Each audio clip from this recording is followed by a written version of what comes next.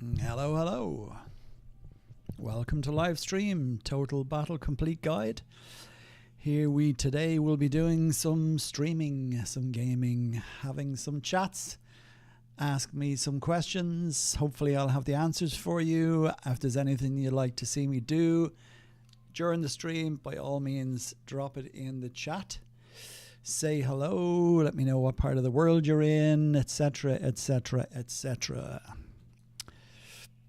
So I think I will just begin doing, probably do a few attacks on the basilisk. Blah, blah, blah.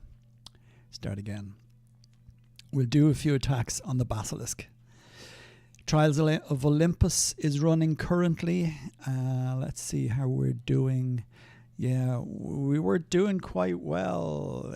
Hey, how you doing? Yeah, we were doing quite well yesterday. We were a good 1,000,000 points ahead of our second place competitors. I think the plan for us today is to do a bit of work on the epics this evening when there's enough of us online that we can all set up a train and get going and attacking and killing some of the basilisks together. That's what it's all about. And obviously we want to come first because first place gives us pretty good chests. So basically you get 2,225 chests for the clan, and you get some. Actually, I wonder how they are. Distributed. I'm very good, and you? Finally Friday, yes, for sure. The weekend is upon us, nearly anyway. Yeah, so we hope to secure first place this time, but we will have to work hard at it. At the moment, I've done most of my. I'll have to get a new mouse. This mouse is glitching when I scroll down. It jumps back up. So basically on this, I have done all of the tasks to get my scrolls. Hey, Robert, welcome. Thanks for joining. Yeah, so I've done most of the tasks here to get my scrolls, and now it's just a case of getting these points that will work towards the clan.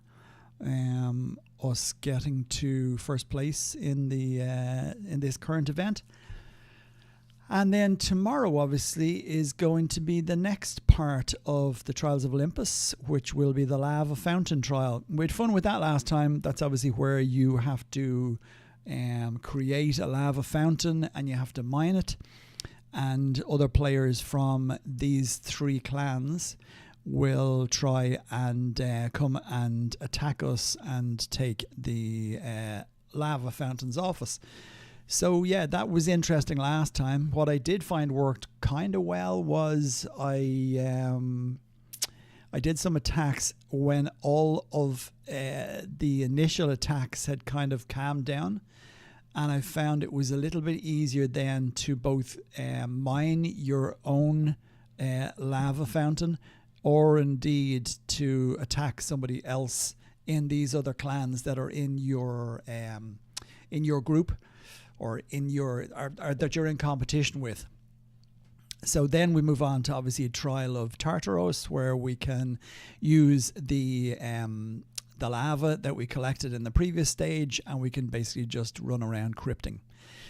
So yeah, the two things you're going to need for these obviously are the lava fountain trial. You're going to want to have straw to collect fast, but initially you're going to need pretty good captains. You don't have a mask? No mask. This is my face. No. I just decided I'd use my own face today. Maybe tomorrow. Maybe a mask every so often, just for a bit of comedic fun. So yeah, it's Trial of Tartaros, and then we're on to the last section. Just so if you wanted to have a look and see the way we set up talents. So the way I personally set up the talents on this particular event was I set it for 50% for stage 1, 2 and 3, I set it for 75% on stage 4, which is obviously where we're mining the tar, and then just 30% on the last stage, stage 5. And as regards our clan's talents, the way they split them up was slightly different. They put more talent points into the initial event, the Trial of the Chimera, and the Basilisk 50% on the Lava Fountain, 50% on Tartaros, and only 30 on the final event. So look, it is a new event, and there's a little bit of trial and error, and we're trying a couple of things just to see what works out best for us clan-wise.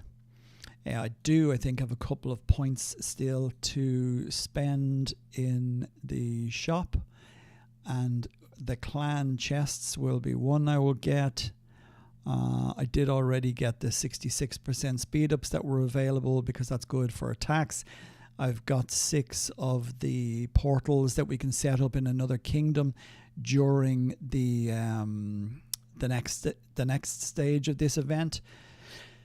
So that's where you can attack other people's mines.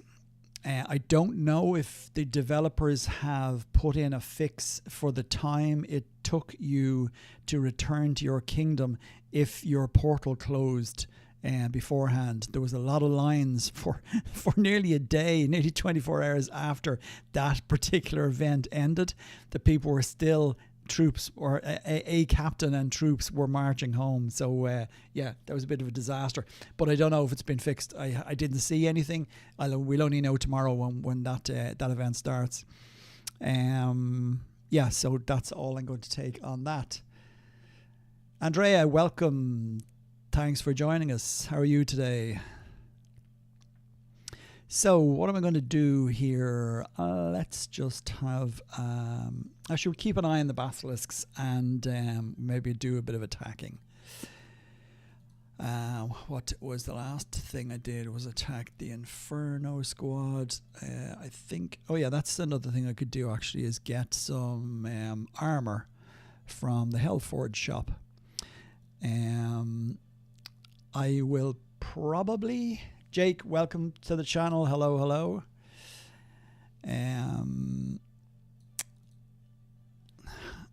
I have all the crypting gear I want for the moment. So what I may just do on this is just leave it and not take anything this time. I probably might be worthwhile getting a set of the set of Emperor's Wrath gear. I'm not sure.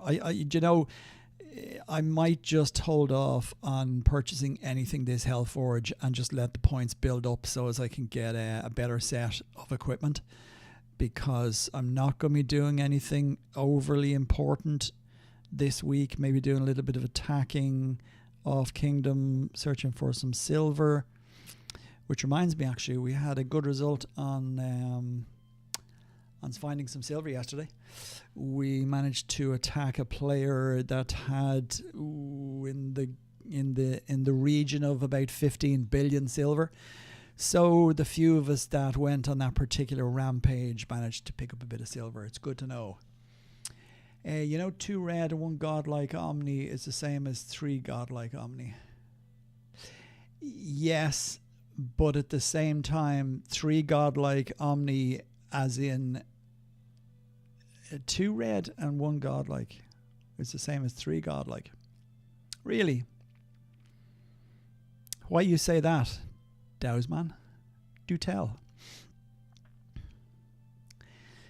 Can you look at my attack? I use troop stacking calculator, but my G5 got hit first. Yeah, I tell you what that's probably down to.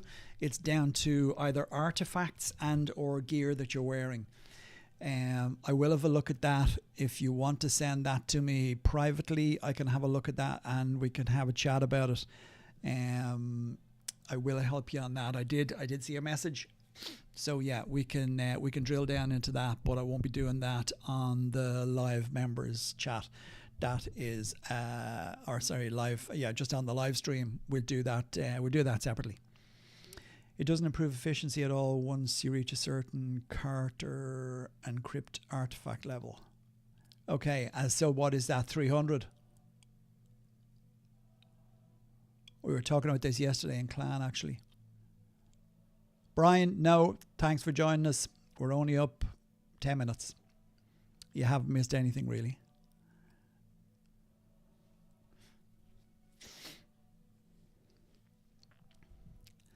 And that's something else I have been working on, actually, was Carter. What are we up to now? 286. So I hope to have him up at to 300 in the next week or two anyway. Be working a bit on him. But yeah, so that is interesting, Desman. I would like to get confirmation of that. But I will note that. So 2 red and 1 godlike is the same as having 3. Okay, good to know. Sebastian, welcome to the channel. Thanks for joining us. Okay, let's go find the basilisk and do some attacks. So I'll just look in the clan kingdom.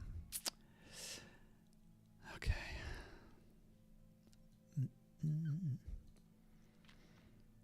We have a lot of pressure on our basilisk currently. It doesn't last too long. Let's see, I have all my points switched on. Yes, I do. And everything else on.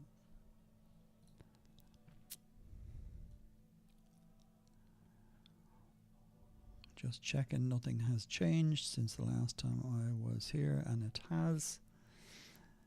So we want, oh, that's totally wrong, actually. 1450.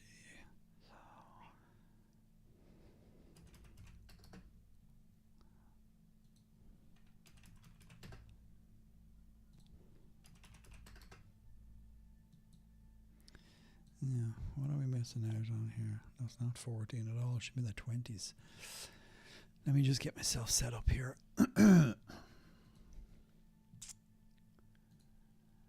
177, 344.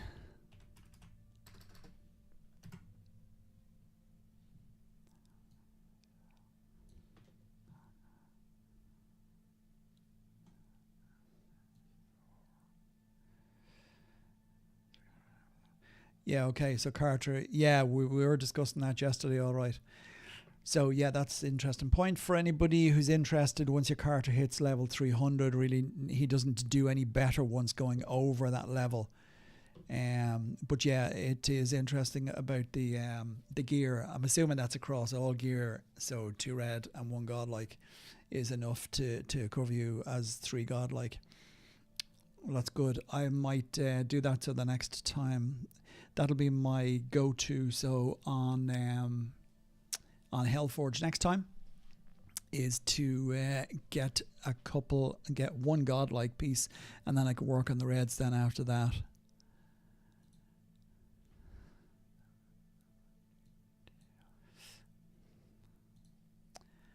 Um, 760. So I'm just setting up my troops here. If I could keep that window open.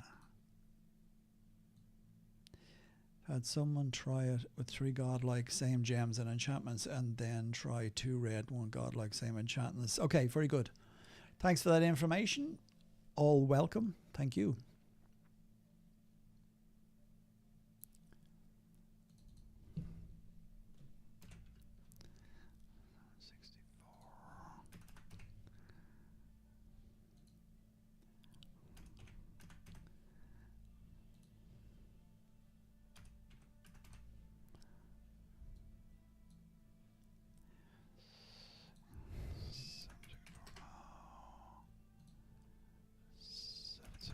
Just doing calculations here from the calculator that I'm using just for a simple fast hit.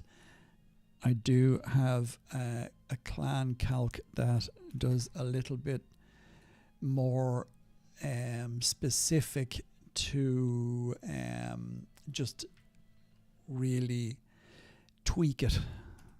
But for this, I'm quite happy just to use the old style calculator.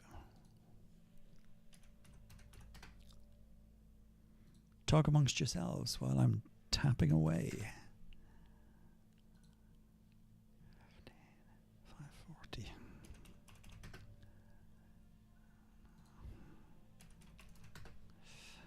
Mm-hmm. 27, 20. 27.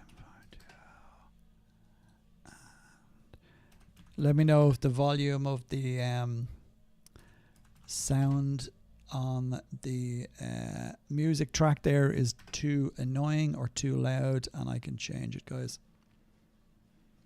I don't want to drown out anything else. Yeah, okay, that's that done, so we're good to go now on the next one.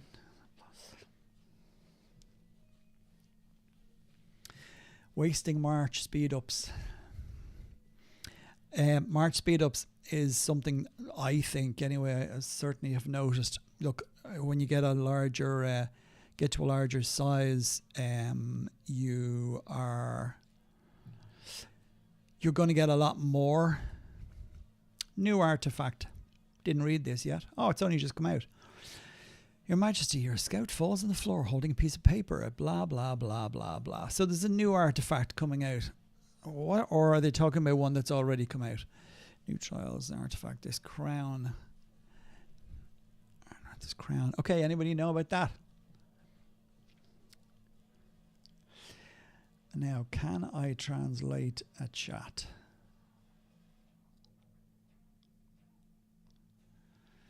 No, I can't. So I might be able to do it that way. Sorry, Sebastian. I'm going to have to translate what you're saying here. Let me get a Google Translator up.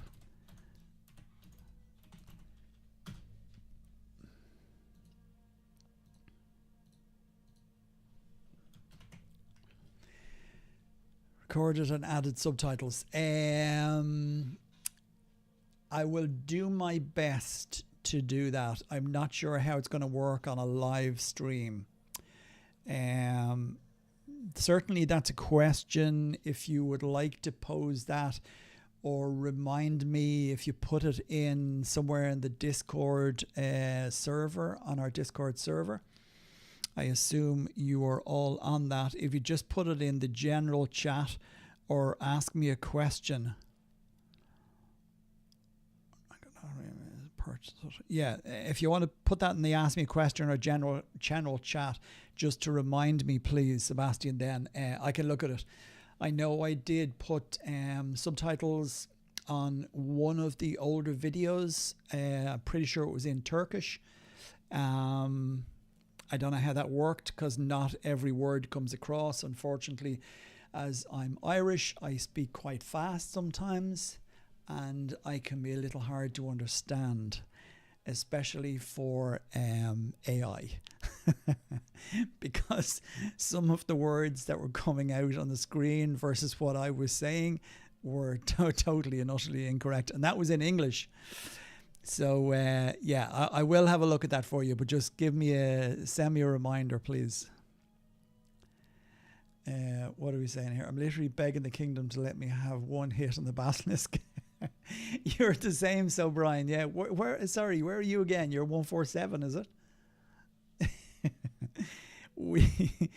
We've got there's two big clans in our kingdom, obviously ourselves and one other clan, and they have some 1 billion white players, and they have been pretty much hogging these basilisks today. So we're hoping that they may be gone to tea or doing something more interesting this evening before we can get ourselves set up and do some attacking on it later on. How are we going here? I still have some. Yeah, sacred potions. Okay, let's bring these back.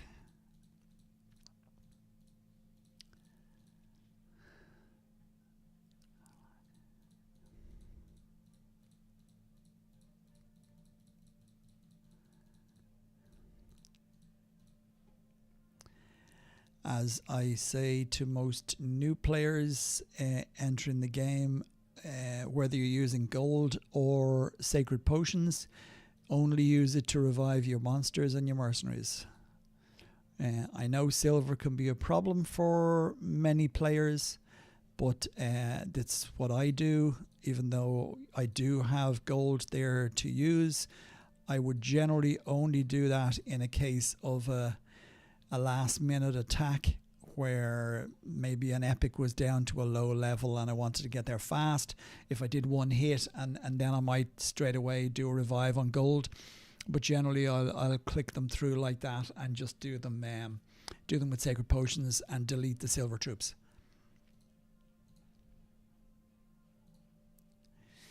I might not do too many more of the basket. I might not do too. That's the problem you see when you talk fast. You get tongue-tied. So a kill button. Oh, for sure. For sure. That's high on my Christmas card list. And many others, as you might say. Yeah, I know it's ridiculous. I mean, they know. The developers know that the big guys are all deleting troops. Have you tried a macro, the macro reader? Dowsman. I did set that up at one stage and I had it pretty much perfect if you fiddle around with it, but it does mean that you obviously have to take your finger or move away or do something else if you've got a lot of troops to get rid of, to delete. But yeah, delete all, make perfect sense. I mean, it's some of the things that they could do in this game are too simple. But I'm not going to make this a developer bashing day. I do enough of that. yeah, me too, yeah. Or accidentally, when I'm clicking delete, some glitch happens on the screen, you end up deleting some of your mercs. Worst case scenario. Kill button, okay.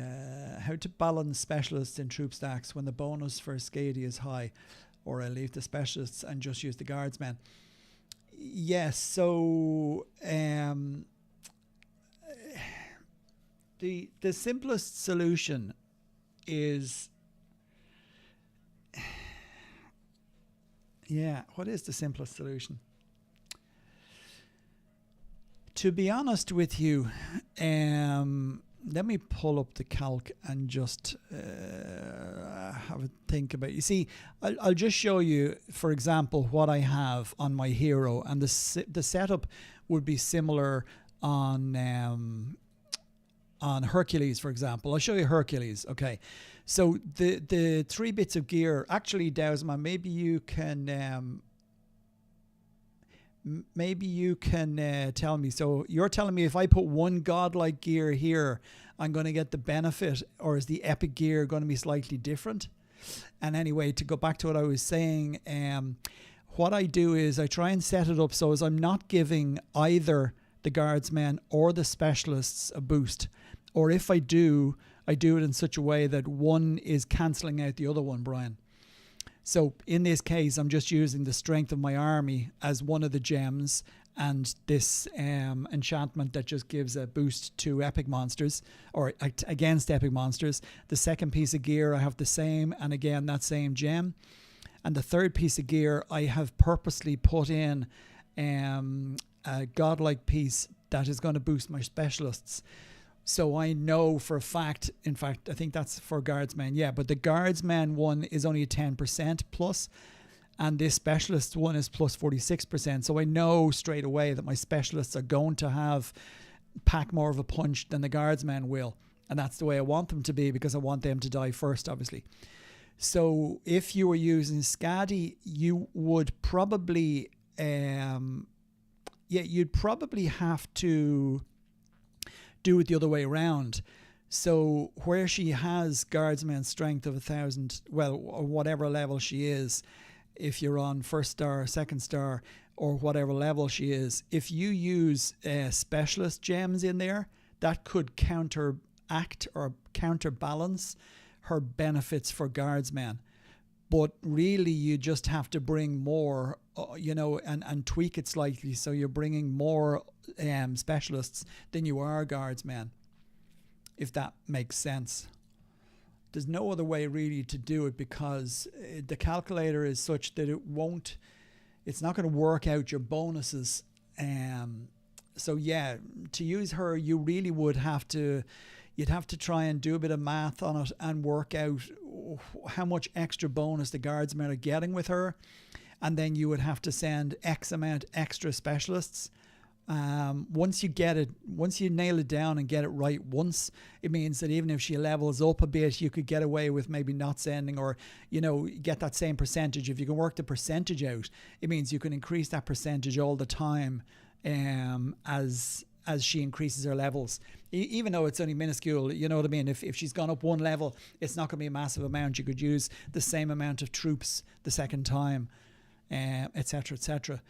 But the same, just to go through again, my hero that I currently have, Mariones, so I have a full set of gear on him. But I've done something similar. So again, specialist boost here, gems for the whole strength of the army.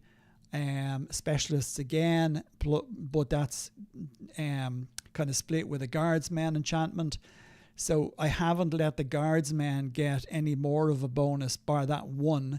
But as you can see, that is counterbalanced by the other piece. So if I do an attack, I know that my specialists are going to get killed first.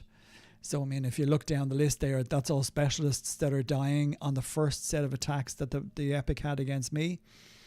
If we go to the second set, obviously it's a good few attacks on this, and the mouse isn't helping by bouncing up and down. Yeah, specialists, and that was the first of the guardsmen. So, I mean, I've got only lost one set of my guardsmen, and I could tweak that slightly to bring it down a little bit more. But yeah, basically that's what you have to do. You'll have to just work out what percentage Skadi is giving a benefit to the guardsmen and try and counteract that with either specialists, strength gems, or strength enchantments. Obviously health is no use against epics because you're going to die anyway. The health really doesn't matter. Anything else? Let me just check something.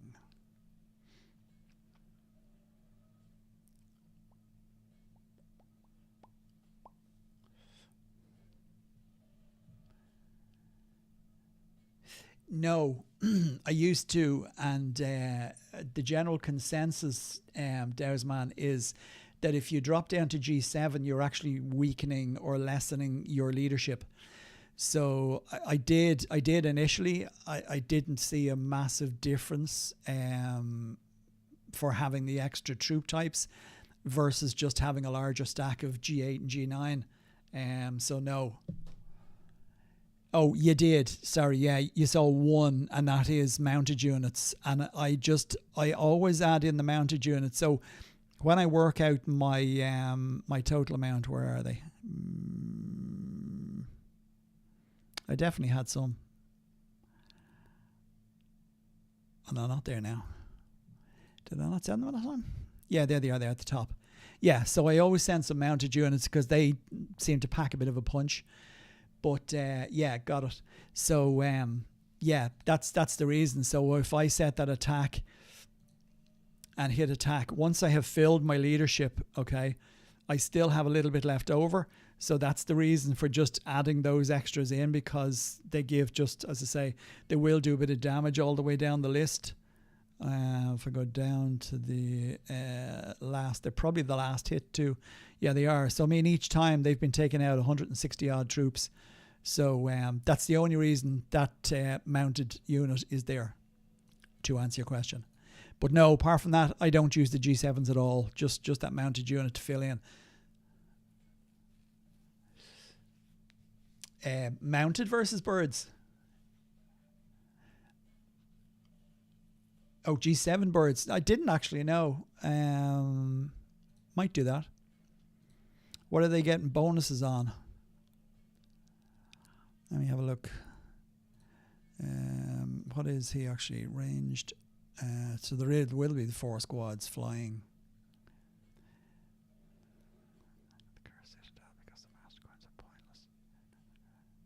Yeah, definitely be interesting. I'll have a look at that and just give it a comparison. Let me just see, Robert. Kerf is the point for attacking the cursed citadel because the master coins are pointless if you don't have the right crypt materials, which are hard to come by. So yeah, the only time in our situation as bigger players, we thrive on chests.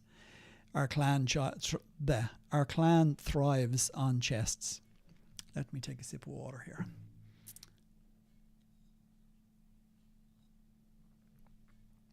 No beer today yet. Maybe later. Yeah, that's it in a nutshell, basically what Dowsman had said there. It's all about chests. It's all about chests in the game, and the more chests you can get, the better for your clan. Yeah, exactly. So Curse 25s, for example, I believe I have one here. So that's my setup currently for Curse 25s, and it is always lossless. You can do this with some normal mercenaries, i.e. the mercenaries you get once you have G6 troops, but you do need to have a fairly strong army. You can do the 20s lossless as well. I know somebody had asked me about doing a video on the citadels again. In fact, somebody said it today on one of the videos that I did, my previous videos. Is it not possible to defeat citadels using normal troops and catapults? And no is the simple answer.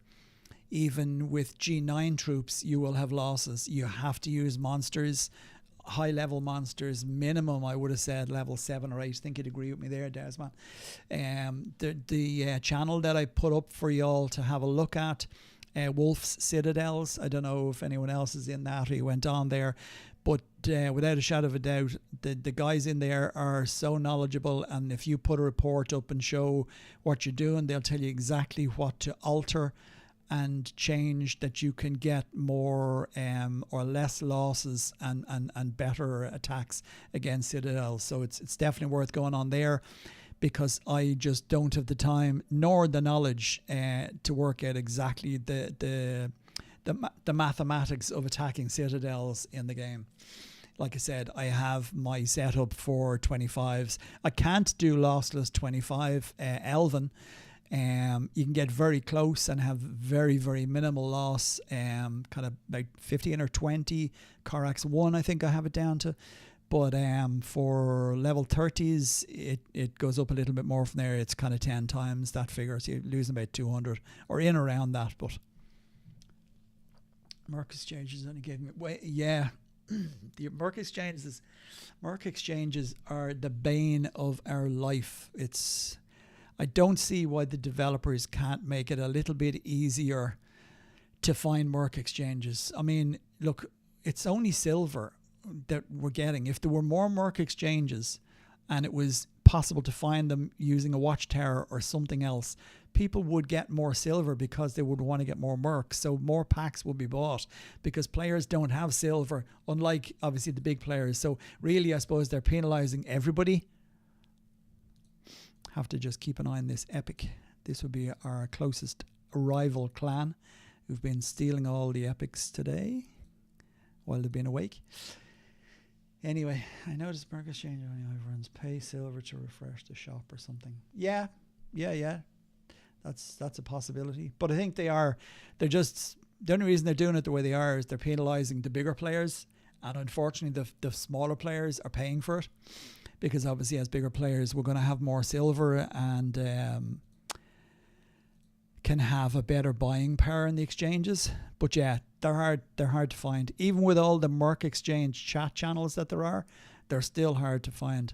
Actually, does anybody or you know anybody who's used the Google Play Store Merc Finder?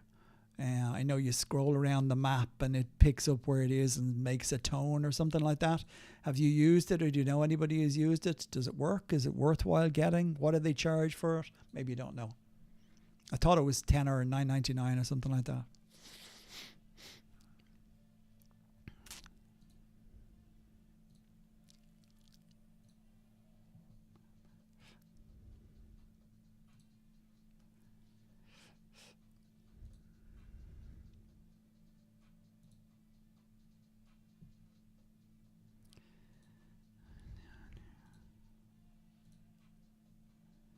Oh, really? Yeah. Okay, very good.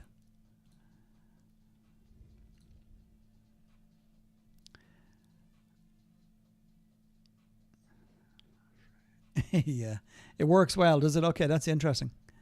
Okay, let's see if we can get a hit on this before it goes.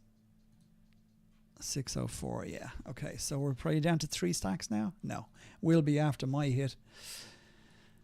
Probably shouldn't have sped up quite that much. Yeah, it's down to 458 now, and they'll steal it. Let's do a quick revive and see if we can get a second attack in. Might not be fast enough, but let's see. No, 428. Probably going to get here too early again, am I? 395. I don't think I'll take 395 out. No.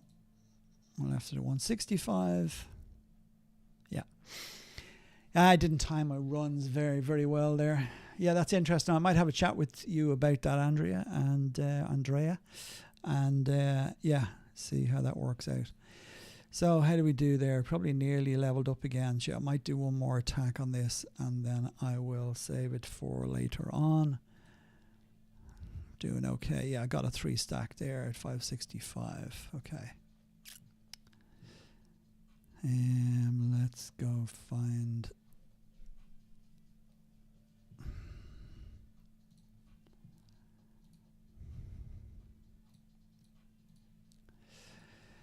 How are we now? 12.1. We're still just staying ahead of them. We only came second the last time we played this event. So we are trying to better that and hit first this time.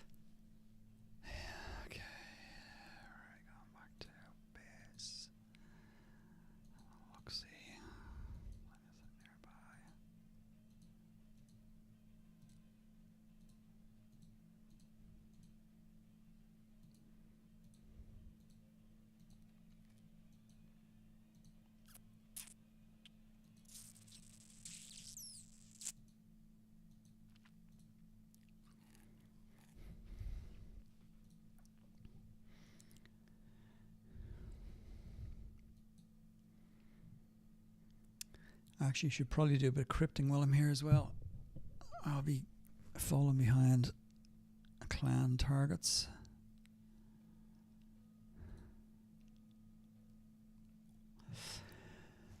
Yeah, we'll do that. Let's switch it up slightly. Take a break.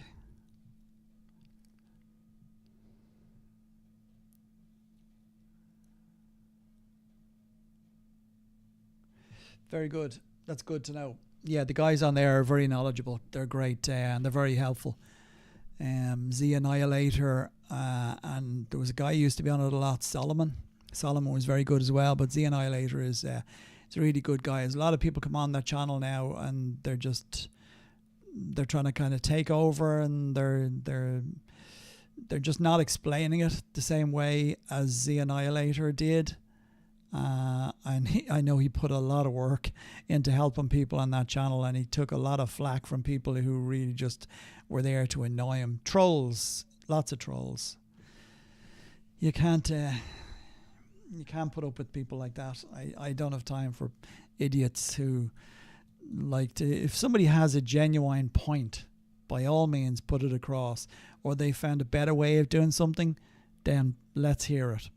But if you're only there to knock somebody and pick holes in things where they might make a little mistake in saying something, I have no time, really have no time for people like that in life, never mind in games. But hey, each to their own, right?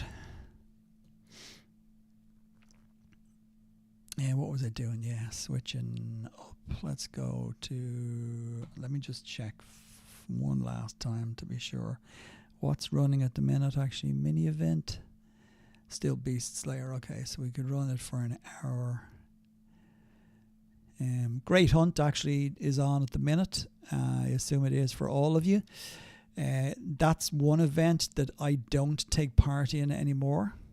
In fact, virtually no players will take part in it because there's no point. You know, we've got all our Valor points, and it actually costs more to play this event now when you're a larger player, because of the way the game is kind of set up. Like, so a rare squad, I'm only getting 300 points for that. If I was to increase the difficulty up to 400 points, you're up to 43. The amount of troops lost in that for 400 points is just, it's not worth it. Excuse me. So we don't do that event anymore, but it's definitely a worthwhile event when you're at a lower level, and it helps you build obviously Valor points. And another thing to do in conjunction with that when it's on, if you are using her or if you have used her and you are low level, Doria is definitely a benefit there, because you can get more Valor points and you're getting a bonus into the event as well. So yeah, that's about the only time you'd maybe use Doria in the game now, in my opinion. As I say, I wouldn't be using her anymore now. Okay, so now we have him there already. Actually, let's just put him in my first slot and let us go and do some crypting. Can I increase that? No. I did want to look at something actually. Did I increase the... Yeah, I did. Okay. And let's put Helen in here, and we'll leave Straw in there as well. And let's just switch him onto food, so as I'm out of the red. Yep, perfect.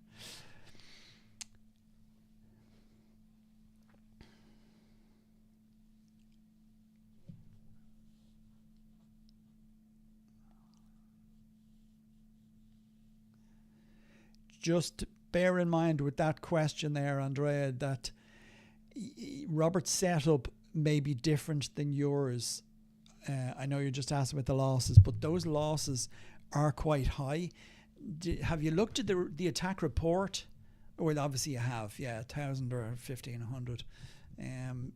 Maybe send me the report and have a look, but do go onto that channel. If you put it in there, the guys on there will help you and give you an idea of what other troops to use to let the monsters that are taking your normal guardsmen out of it to be bypassed, if you know what I mean. Because I know people have tried, for example, they've seen somebody put a report up and they've gone, oh, well, I've got G6 troops and my Wuz Etienne or Ingrid is a similar level to that, and they've tried it using the exact same stacks, troop types, etc., but they're ending up with more losses or losses where one player isn't. So it is down to lots of little factors, including artifacts. You know, they're just tiny little things like premium, for example, being on, or clan bonuses. You might have an army strength and health bonus, whereas you might not have a health. For example, there's strength, speed, troop training, speed, and food production. In another clan, you might find that army health is switched on. So you know, it's those little bonuses that make the difference. It's fine tuning for sure on Citadels. Denver, hi, welcome again. Nice to see you back. Any useful events you would suggest? As in the events within the game? Give me a better idea what you're looking for. I.e. events that you should definitely take part in. Is that what you're asking me? Or are you specifically talking about heroes, your hero, your captains, or just anything in general?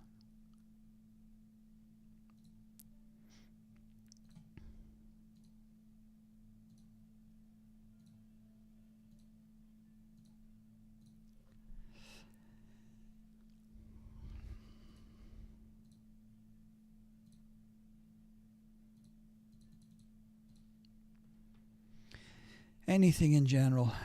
Um, it's probably easier to tell you what not to take part in my opinion, again, as a growing player.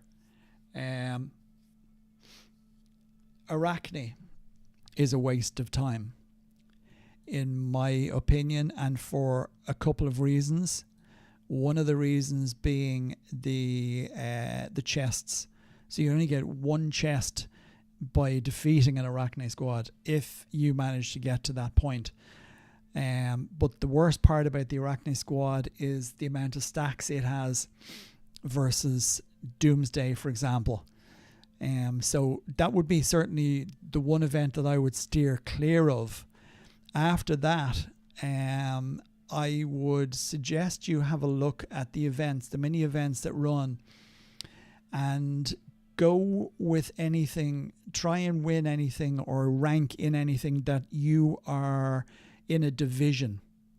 So, for example, if Ruthless Slaughter was on, don't waste your time unless you're a billion might or 2 billion might player, because you won't be able to rank. You'll never rank. You'll never be able to keep up with the guys like that.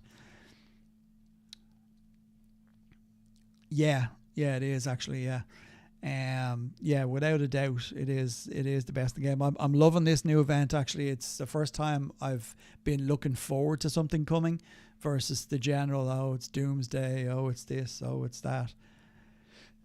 Yeah, go ham on that event for sure, Denver, yeah. Dowsman, I'd agree with you there. But if you're just talking about any event in the game in general, then yeah, I mean, pretty much all of them. Like I say, Arachne is the only one that I would steer clear of. And if you can, in the mini events that run along, if you want to try and rank in them, make sure, as I say, you're going with one that you're in a division owing to your level, as opposed to trying to compete against, guys of 1 billion and 2 billion might.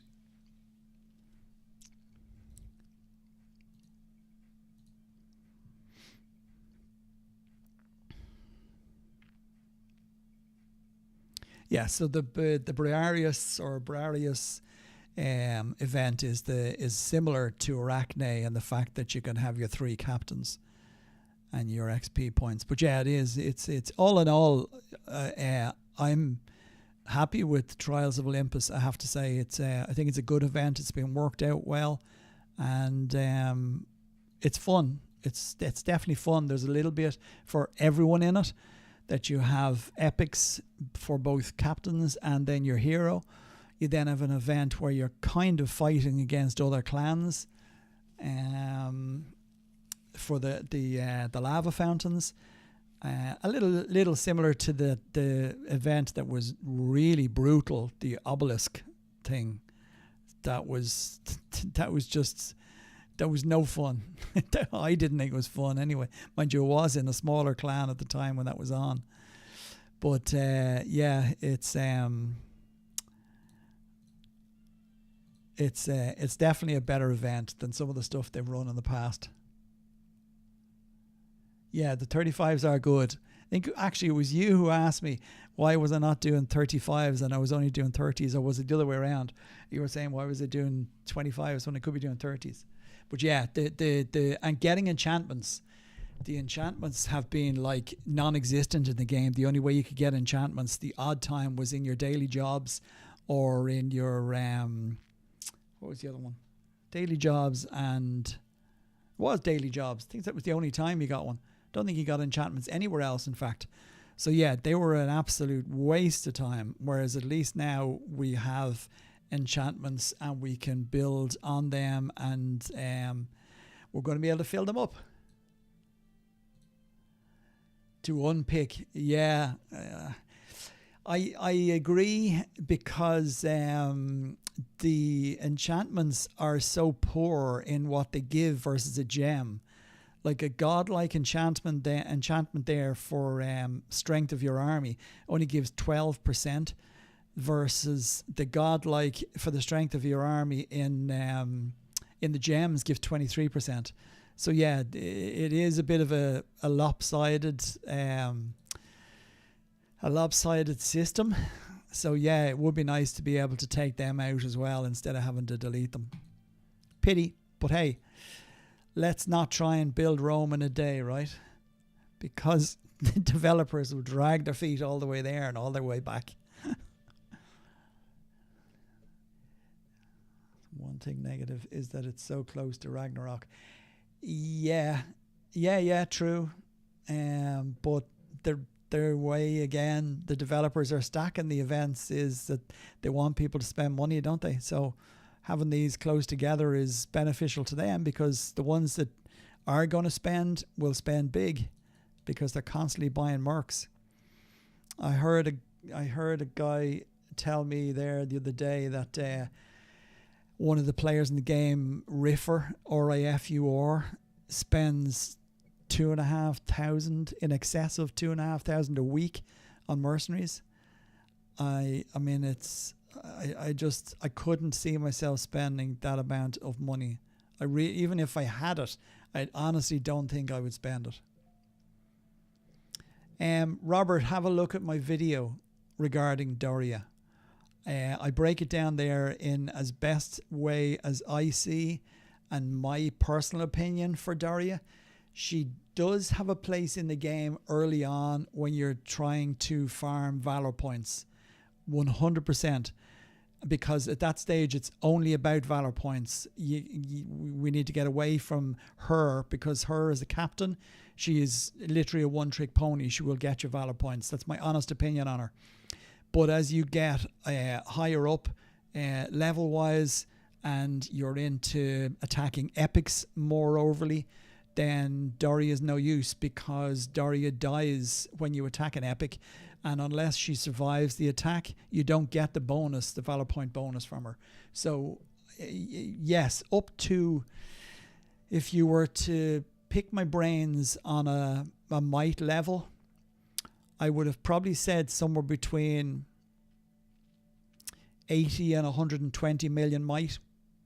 If you're over that, it's probably worthwhile at that stage switching to a captain like Cleopatra, if you don't have either Skadi or Beowulf, because Cleo is going to benefit you as you progress in the game.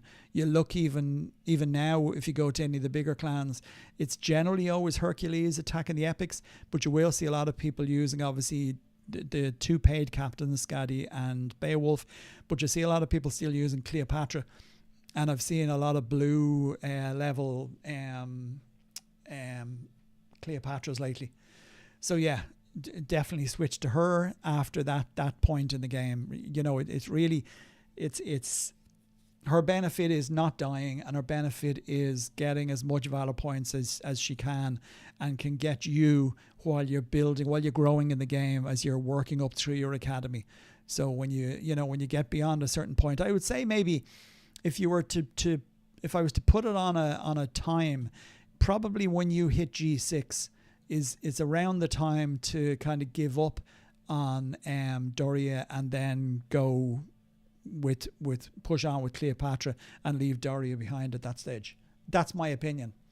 Maybe somebody else has a different opinion. In fact, I know other people have different opinions, because I've had discussions / arguments with other people about it, but each to their own. That's the way I see her. They just need an item to unpick and say, yep, second month too. I'm just recovering from the last. Yeah, I know. Ragnarok is, look. The developers know what they're doing. I mean, it is addictive, right? It is an addictive game. I mean, I spent hours playing this game before I decided to try and help people and players, and to get them to learn things that they weren't aware of. I mean, the kingdom I was in previous, we did a lot of conquest point marches, both marches and individual runs, and we had been, don't even forget about G6. Forget about G6. Don't even summon Doria. Yeah, well, there is that, right? But some people have done that already, because it's like, oh, I get extra valor points. And then you get her and you're attacking monsters and going, oh, really? I'm not really getting much extra valor points. All because of all the bonuses being base level, i.e. all the bonuses in this game are not stacked on top of bonuses for gear or special bonuses that you get in events or mini events or clan bonuses. They're all base bonuses to your 0% start. So yeah, when you drill down into it and you look at the bonuses, there's nothing. Actually, just looking at a couple of cities here as I go, there's been some really funny names. Players have some great sense of humor. I've seen some really hilarious names going around kingdoms. But yeah, where was I saying seasonal? I don't know. Lost my train of thought. But yeah, it's addictive, and it makes you want to spend money whether you can afford it or not.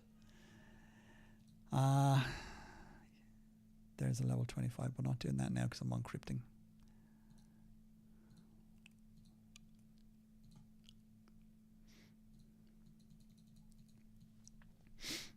I don't know how you guys, I assume, Daresman, you're playing PC or on computer. Anybody else? Do you all play on PC? What's your setup like? I know you can play it on the go on the phone. I hate playing on my phone.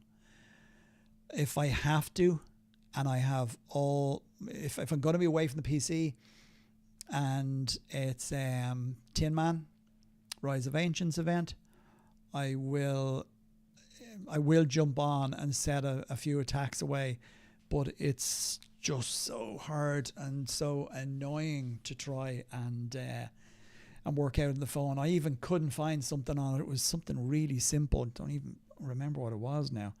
Was it maybe setting no, I don't think it was a Shield of Peace. Oh, it'll come back to me. But yeah, I couldn't search the whole app. Could not find anywhere where I was trying to find out how to do something. So I just gave up. I hate it on the phone. Haven't tried it in the iPad. We have an iPad here, but I don't really use it. But yeah, PC for me all the way. Look at this, 25s, no 30s. 30, let's hit some 30s. I do notice a reduction in gems, actually. I thought you used to get a lot more gems. Maybe not. There was something I noticed about gems actually recently. Or the amount, I think it was, that you got when you combined them.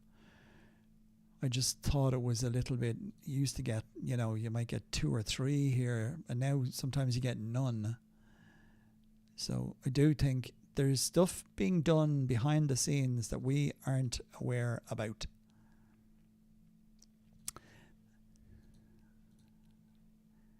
And as for these little glitches where you click something and it goes back, it didn't work, and you have to click it again.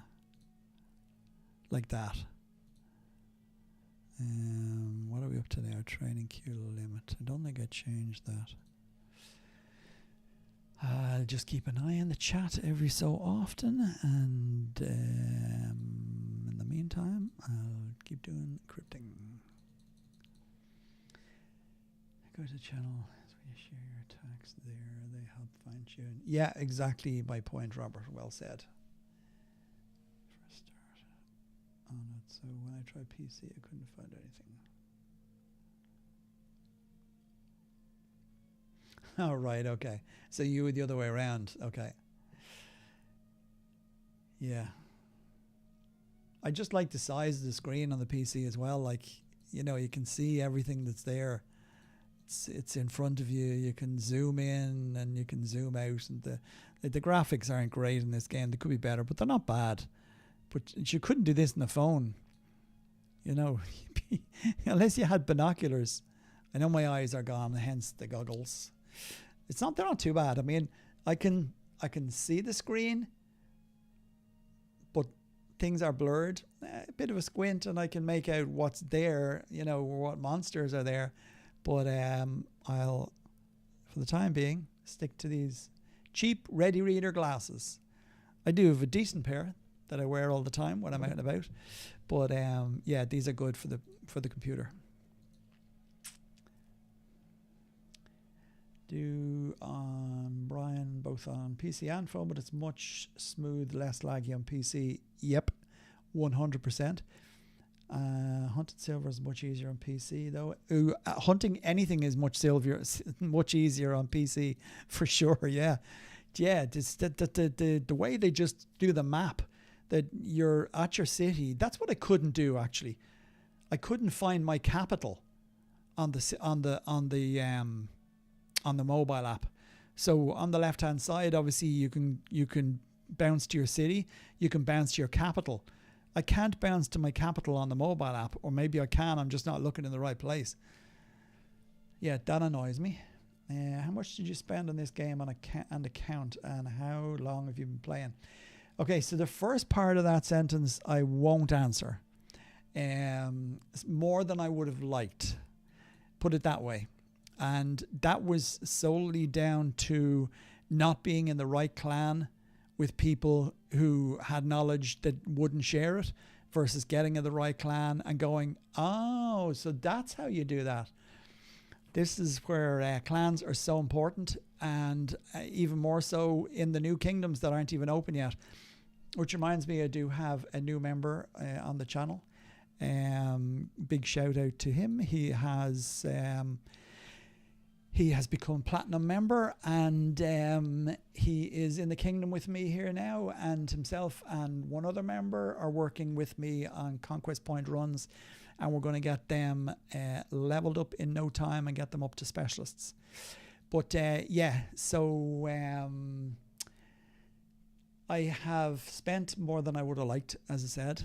I'm not going to put a figure on it. I don't think it helps anybody. It won't help me, because I'll have to cry into my tea. But yeah, money isn't power. Knowledge is power. If you have knowledge and money, then you become one of the big guys in the game, like the 2 billion might players. How long have I been playing? In total, about 4.5 years now at this stage. I did start out with another account on the initial kingdom. The first kingdom I ever started playing on was K74. And I was in a couple of different clans there, and I just got to a certain point where I just didn't have the time for the game, down to real life and work. So I decided I'd sell my account. I sold it for $500, and I was out for about 5 months, and I just missed it. Missed the game a little bit, but it was more fun back then, in my opinion, because so many things were different and easier than they are now. Merc exchanges, for example, you no problem getting Merc exchanges. You'd have filled a card within the first hour of Merc exchanges starting, because they were all over the place, or they were all over the place and there was nobody playing the game as well. But yeah, I just decided I'd start again, and when I came back and started again, which is the current account I have now, that's pretty much it. I could be a lot higher. I could probably be a 1.5 billion might, or maybe a little bit more player, probably closer to 2 billion now if I'd continued spending. But I just settled for a slightly easier life, play at my pace. Well, play at the clan's pace, because you obviously have to play for your clan if you're in a big clan, which I am.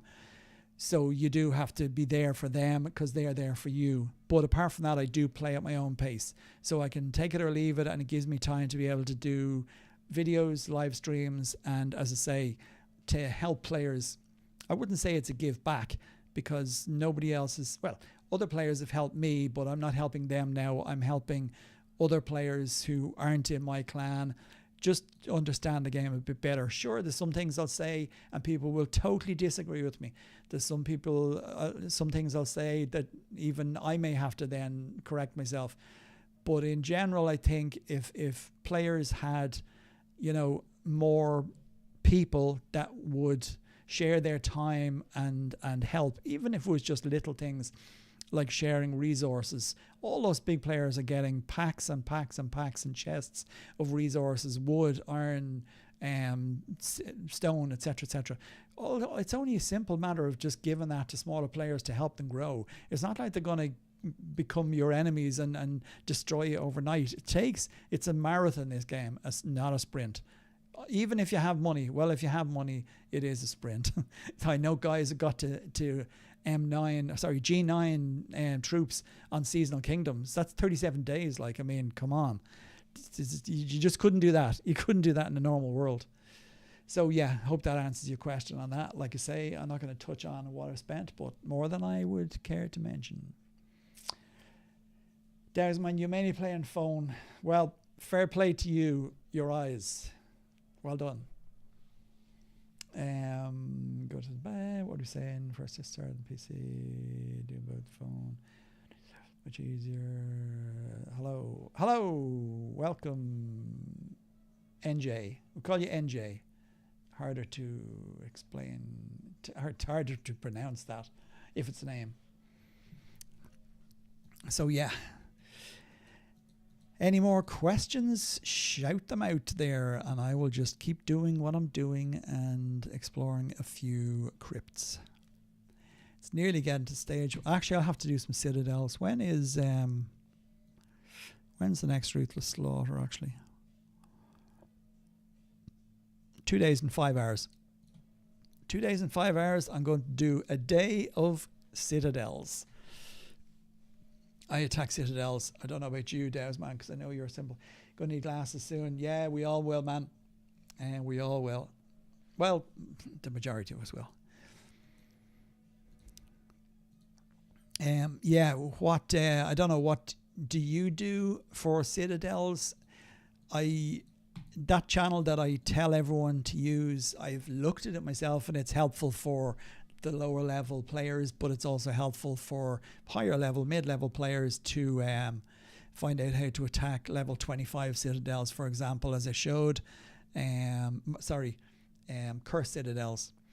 But when it comes to the 30s, do you set your full troops up?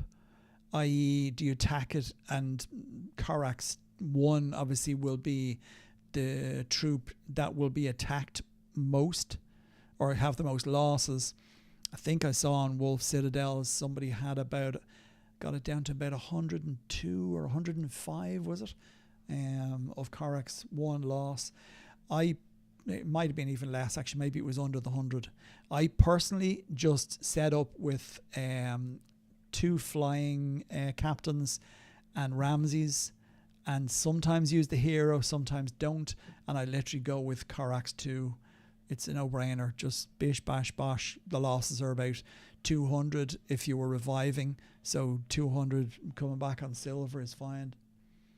Found that chat mainly for lower levels, but I worked out a real no-loss curse. So do those for clan chests. Yeah, okay. Yeah, I mean, that is handy to do. And usually there will be more... there'll be more level 25 cursed, and you buy the keys in Ragnarok. Right, okay. Yeah. I must admit, I'd rather save them. There'd be more that I'd like to spend on in Ragnarok than wasting it on keys, i.e. equipment. That's my next push now, to do get slightly better equipment. But yeah, the keys, obviously, yeah, you can get the keys, what is it, in Fenrir Squad. Yeah. You don't get many of them though, and it's costly enough. Yeah. I suppose. I mean, we don't have to they don't tell you what chests, what citadels to go for, but I generally just hit the 30s because, hence all the 30 keys. I generally just hit the 30s because they're a better chest gift for clan chests than the 25s.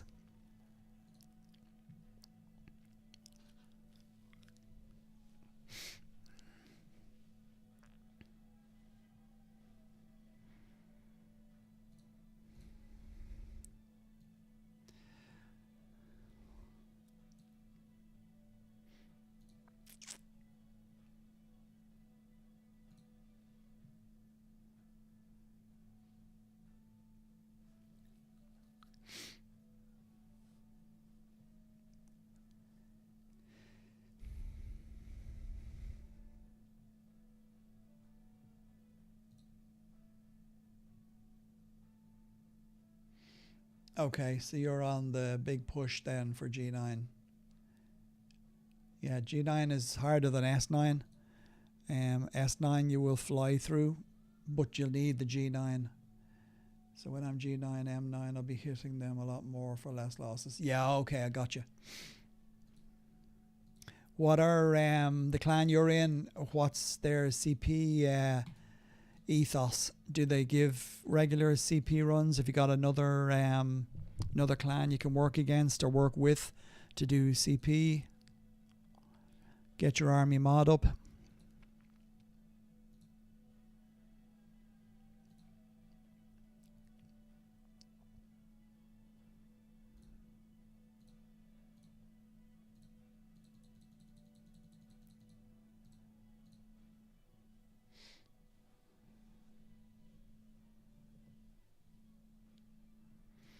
Anyone else online there? Don't be afraid to say hello.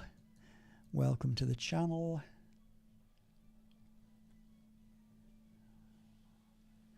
Yeah, well that's pretty fair. 1.5 million per billion is pretty good, all right. Yeah, it's the only way you're going to get good amounts of conquest points. Obviously, you can get them from doing normal attacks off kingdom using Aaron. I don't think there's. I'd love to know actually. Is there many people in this game still, bar closed kingdoms, who still attack and fight in kingdom during Clash for the Throne? I wouldn't think there's many. It's amazing, really, how the goalposts change there. Yeah. Okay. So you're still at S7, right? Okay. Yeah. Yeah. G9 is important for sure. Right, okay, that's not too bad. 6 trillion. That's a lot, I suppose, isn't it? Yeah, if I could give Valor points away, that's another thing you'd be able to do. 116 trillion I have at the minute. I've even stopped switching on the Valor points bonus. I don't know why I put it on today. Oh yeah, I put it on today because I was thinking to myself, what if they come out with G10 anytime soon? I'll need the Valor points. But I have a funny feeling, just have a funny feeling that they may do something totally different when it comes to another troop level.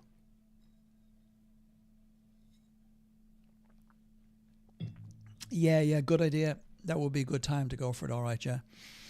I assume you got all the XP packs from yesterday's event, did you?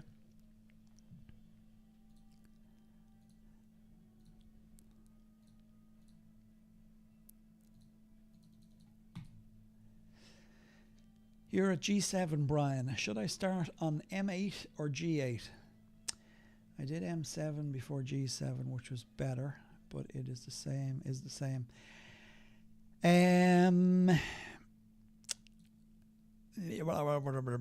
I tell you, my opinion on that is go for the Guardsman 8. And the reason I say that is you will have it's the same now. I'd still go for the G8, yeah, because your Guardsman you're going to use daily. Your monsters you may not. If you are at a point where you have a lot of silver and you can attack epics ad nauseum, you don't necessarily have to use monsters. You can just go with your Guardsmen, your specialists, and mercenaries, or that you get from the exchange, or just Guardsmen and specialists and nothing else. Like, you could attack with just silver troops, i.e. troops that are made with silver. So yeah, for me, it's 100% Guardsmen as well. Yeah, Dragon Coins, exact same as Dowsman just said. Max nearly every Olympus event apart from the last ones ran out of silver the last time. Yeah, okay, yeah. Yeah, thanks to our little soiree against a player there yesterday, I do have extra silver to spend this time. So I will be going hell for leather as well.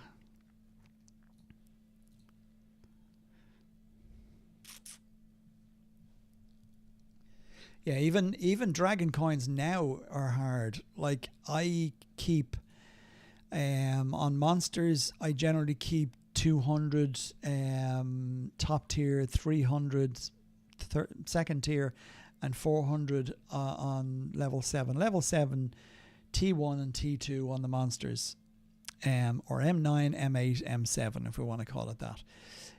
I would normally keep kind of 2, 3, 400 from top going down, and nothing less than M7s, because I like to put 3 monster stacks into my army attacks.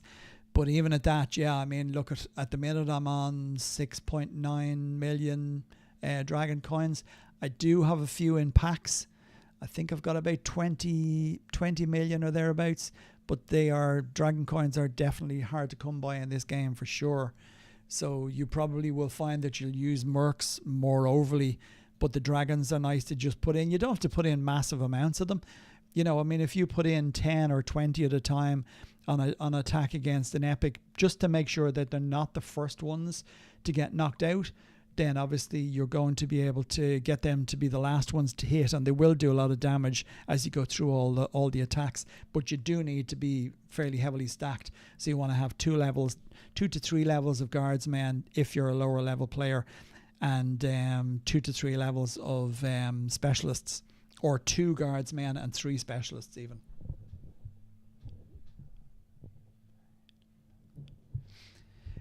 It's hard to be G7 and M8 and be in a big clan.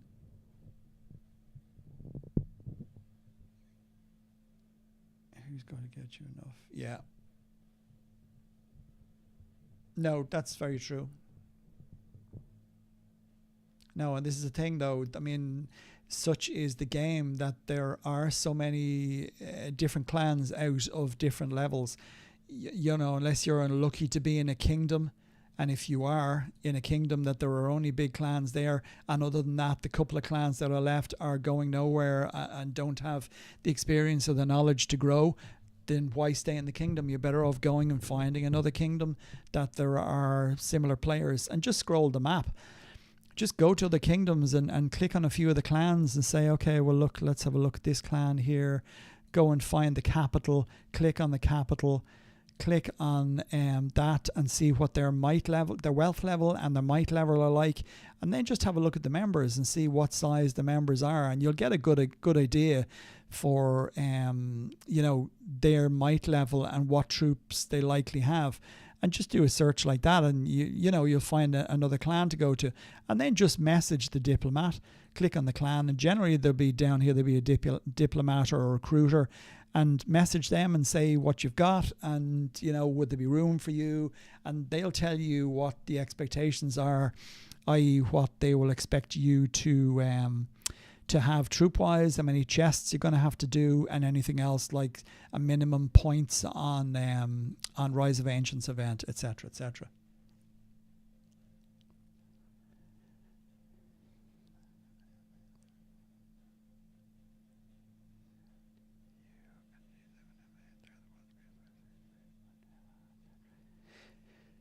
Have you heard about the game cheat where people can see when your bubble is expiring and how much silver you're holding?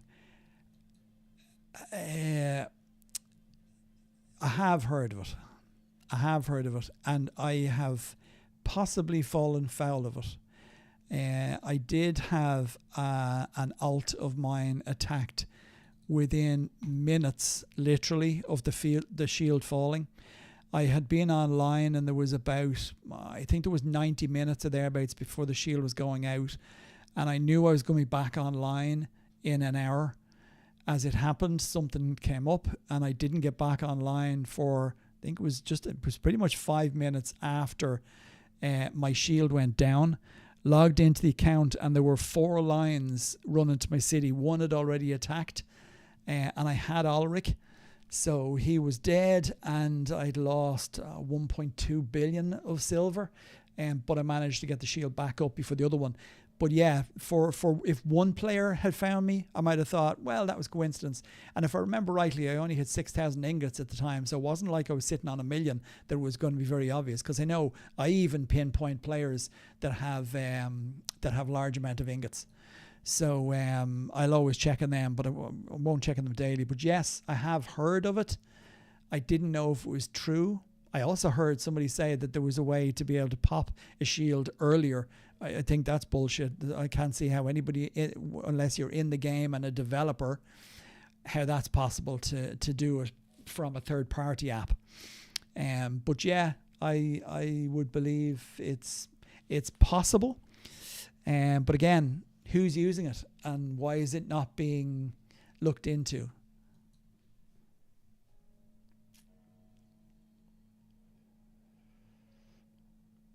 Yes, yeah. If I remember rightly, you were able to share some resources back in the day, maybe 4.5 to 5 years ago. I think it was around the time I started playing or just shortly before it, somebody had said it. But I had heard that you were able to exchange, I thought you were able to exchange dragon coins. I know the dragon coins come from, look, in some of the clans, when you play an event and you win dragon coins, they go to the capital, and the capital then the king or one of, not the king, the leader or one of the superiors will basically send you the dragon coins that you earned, okay, in that event.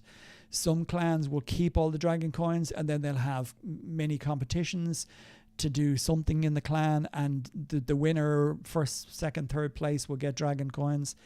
But yeah, if let's say I was to get 10,000 dragon coins and I didn't need them or didn't want them, I might say, sure, distribute them to somebody else. You know, that can happen, but it wouldn't happen now, I can tell you, because dragon coins are real hard to come by. Really, really hard.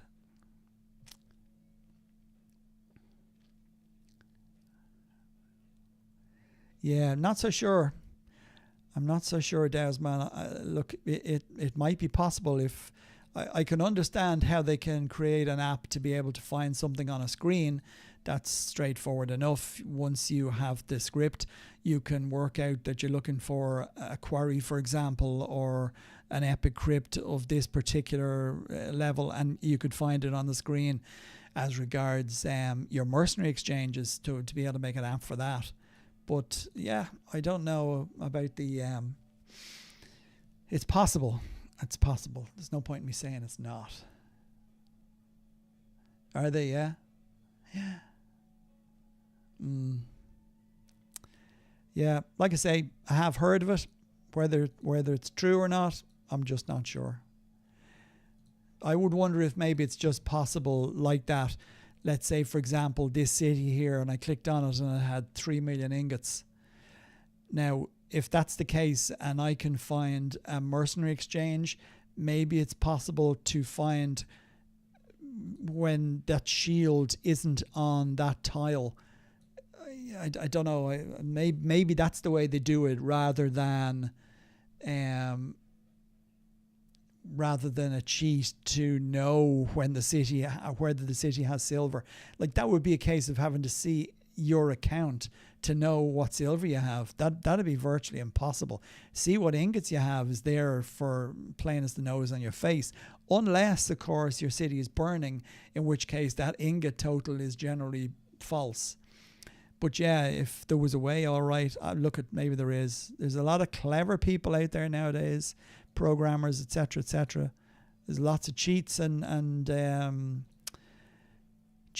hacks in other games, console games, etc., etc. If they can be done in that, why couldn't they be done in a PC game?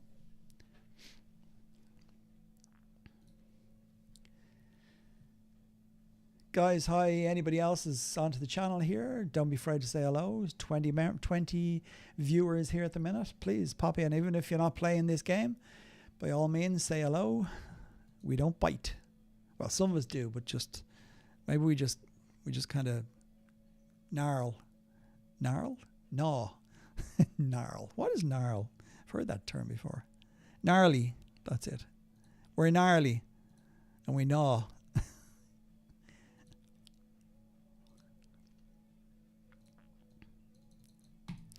This, anybody who's watching doesn't know what this game is. It's called Total Battle.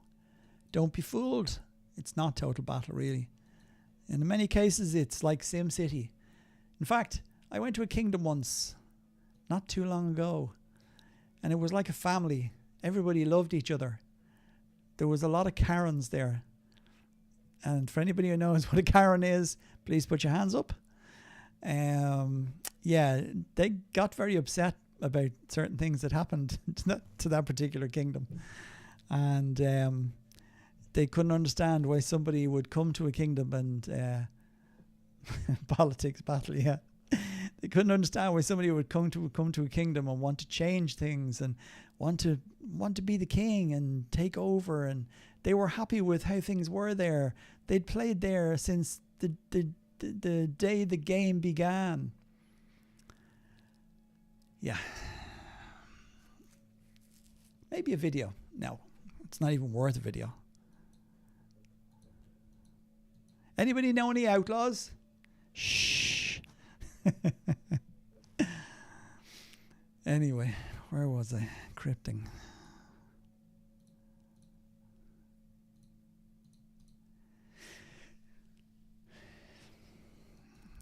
Yeah, politics.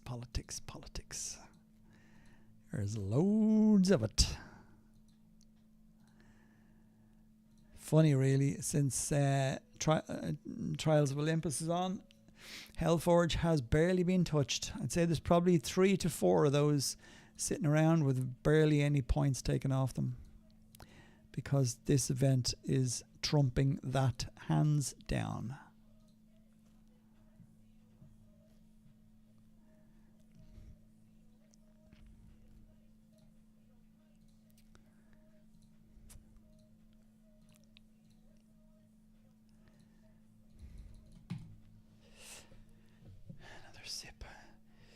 Friday, 4:30. It's getting close to beer o'clock. It's probably beer o'clock in somebody's world right now, right? Would it be an hour Central Europe? It's 5:30. Yeah, sure, most people are finishing work now. Any plans for the weekend, anybody?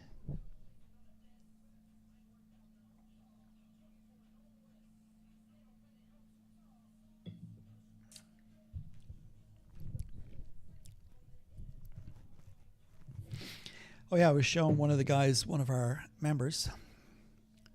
Thanks, guys, by the way. All members, love you. Great. Thanks for supporting the channel.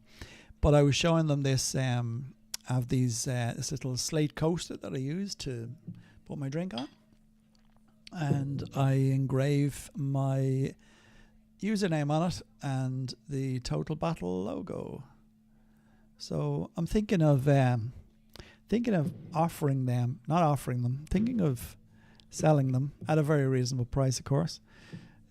Drink coaster set, maybe 2 to 4 coasters, and I'm going to have a look and see if I can work out an engraving to maybe put a hero or captain on one, or a clan crest or something similar like that.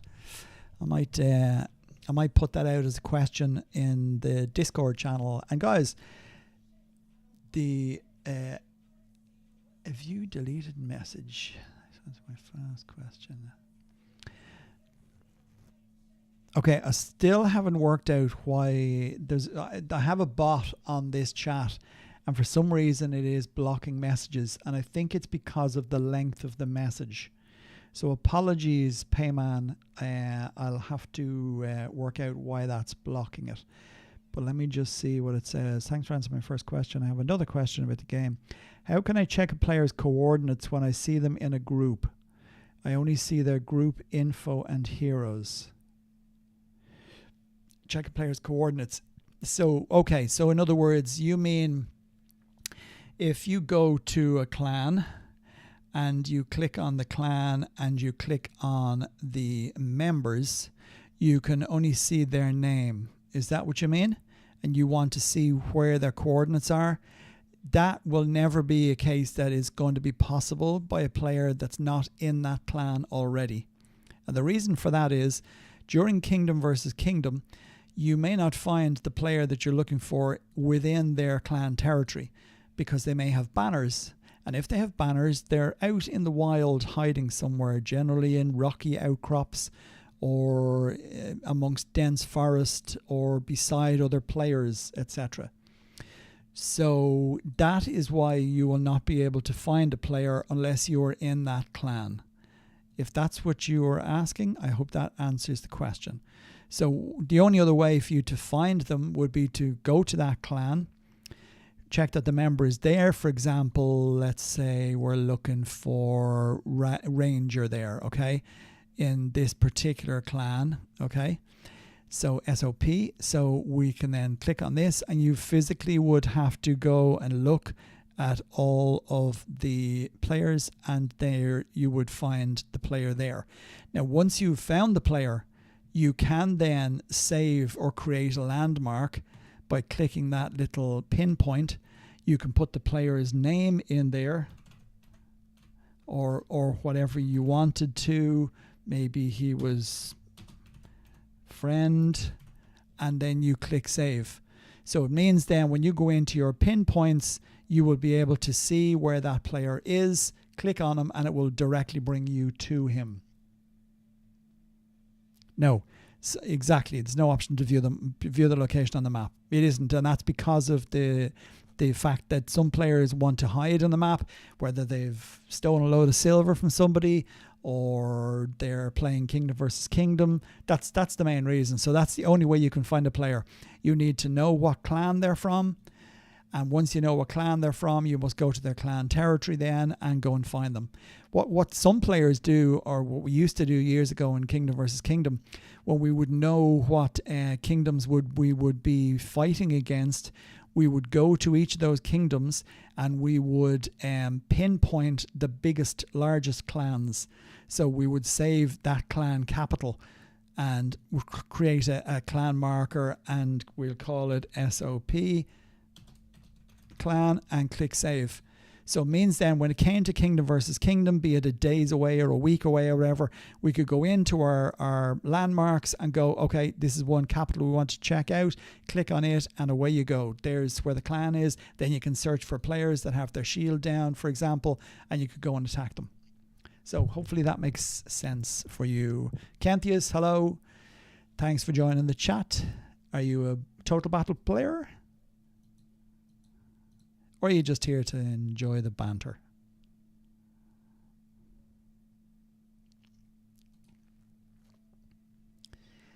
You want to ask, if someone have same problem as me, you can't start the game with a launcher after double clicking on icon, won't start. Yes, have an account, K178. Okay, welcome. Are you talking about now tech support for this game? I'm not going to do. I'll help in ways I can help, but when it comes to helping the developers make their game a little bit easier, I'm not getting paid a Total Battle salary yet.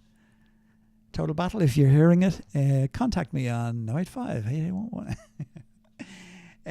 The only thing I can suggest to you would be to restart it. There's a few ways of playing the game, obviously, on mobile, as you know, on computer, as you know. But what I personally am doing, because I got to the stage of pulling my hair out when I'm playing it on browser, on Google Chrome, excuse me, on Google Chrome, if I scrolled the map for too long, looking for merc exchanges, scrolling different kingdoms, the game basically freezes.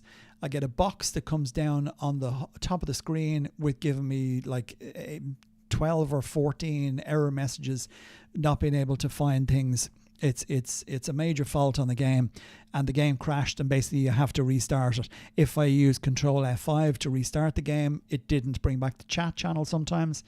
So basically I had to fully come out of the game and open a new browser again. So I downloaded the Total Battle client, and now that's all I play on. It works perfectly. There's no lag that I can tell of.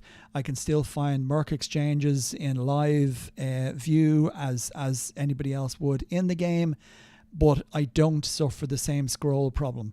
So it might be worth your while downloading the actual Total Battle client. That's just a suggestion you could try. It's totally up to you.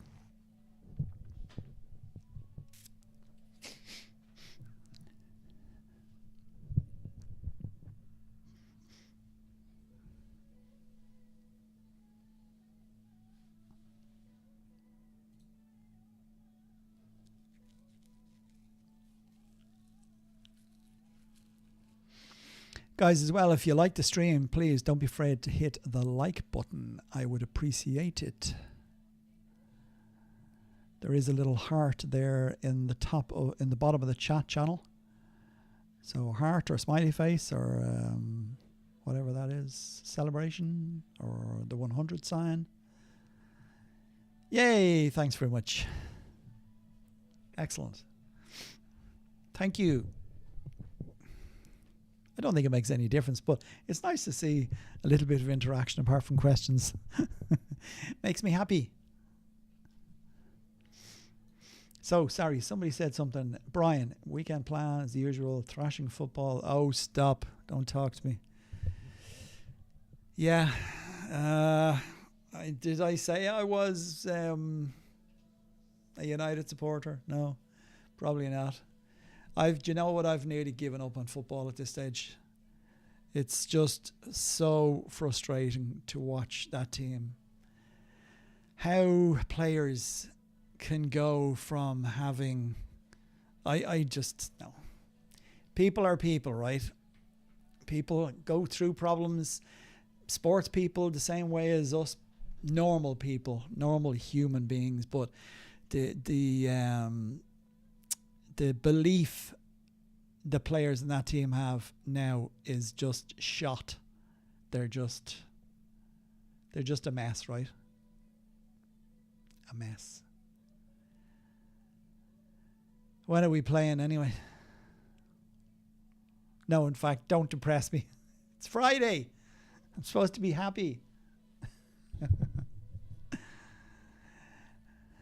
Actually, another favourite sport of mine starts, World Championship starts this weekend. Or is it Monday?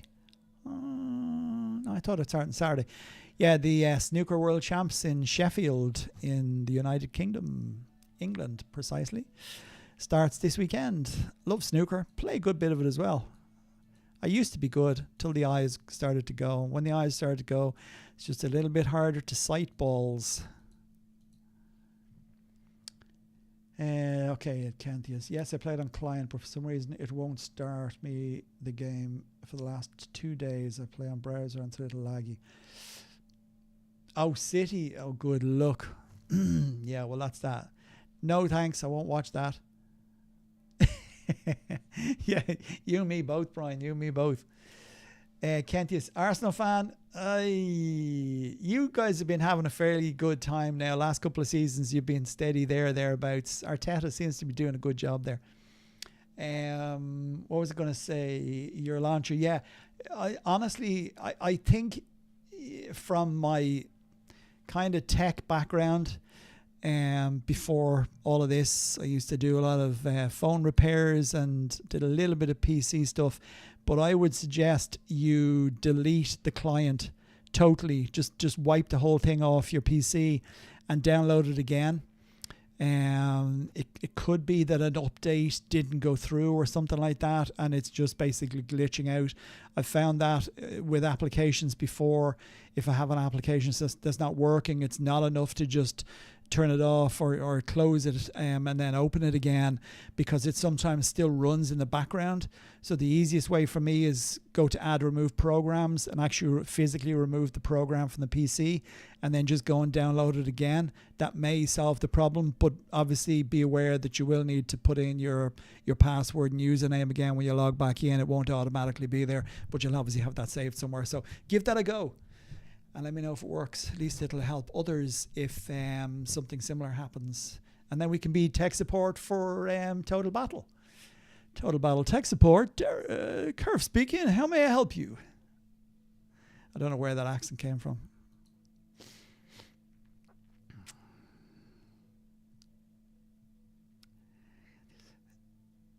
As Evra said. Patrice Evra. Super player. Super defender. Why can we not get players like that anymore? Why can we not get players that lay their hearts and their games on the line, huh? Oh, effort is lost on some of these. Like Netflix. Yes.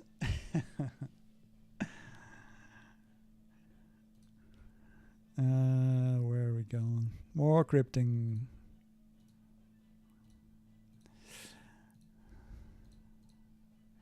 Actually, I must go and check on my...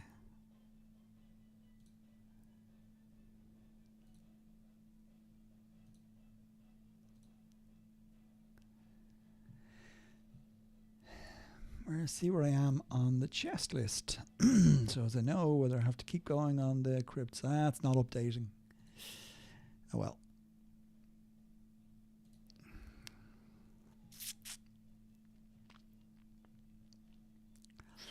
Formula One, yeah, I used to watch it years ago, back in the days of even when Damon Hill, I suppose, or Damon Hill, yeah, it was Damon Hill, wasn't it?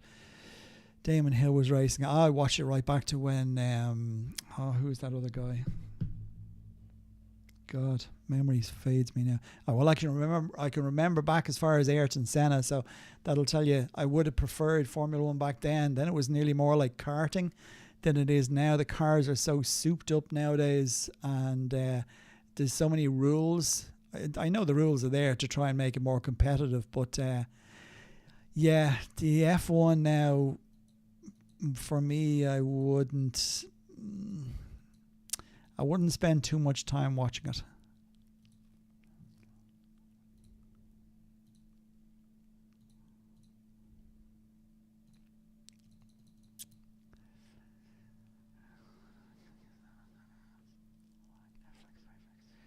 On the season, rather because of Saka injury, we don't have attackers right now. And again, Trossard needs 3 hours of sleeping. Senna, yeah, Ayrton Senna. Don't tell me you've never heard of Ayrton Senna. Very famous Brazilian Formula One driver. Google him. I'll put you his name here. There you go. I'm pretty sure that's how you pronounce his first name, or spell his first name. Yeah, there was, if I remember rightly, there was a documentary on Netflix about him as well. So speaking of Netflix, again, Netflix, if you're watching, give me a call.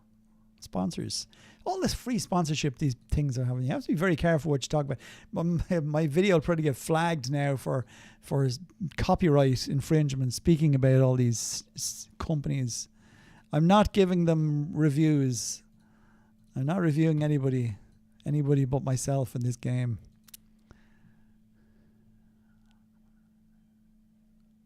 Okay, yeah, you did see it. Yep. Yes, he was quite some driver, so he was for his time. He used to throw the car around. It was fun watching him. Yeah, I think we'll all need a few beers for that. Oh yeah, which reminds me, it's Friday night. This is the only thing. I don't know how you guys are, whether you have family, etc., etc. Not asking any private questions, but weekends I find hard myself when it comes to needing to keep pace with the game, especially when there's a specific event on, be it Rise of the Ancients, which is a must enter event. This current event, Olympus, must participate event again. Other than that, it's okay. I don't care about missing Doomsday or anything like that. But yeah, it is a little bit awkward at the weekends for me anyway. I mean, I have more of an excuse now anyway, because I have to say to my dear lady wife, I must do a live stream now. I'll be away for a few hours. And at least while I'm live streaming, I can still be gaming. Shh. I didn't say that out loud.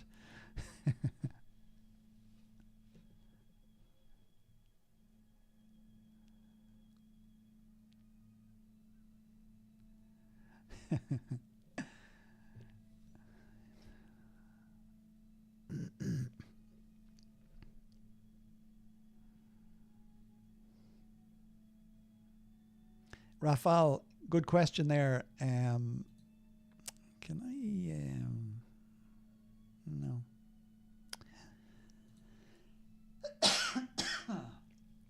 Sorry, I'm getting a dry throat. I think me and Dowsman must be linked. We're both feeling a bit thirsty now.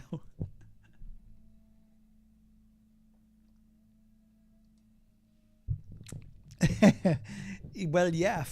Funny enough, I did. Or I do. This is all new to her. You know, look. I'm not young, as you can see.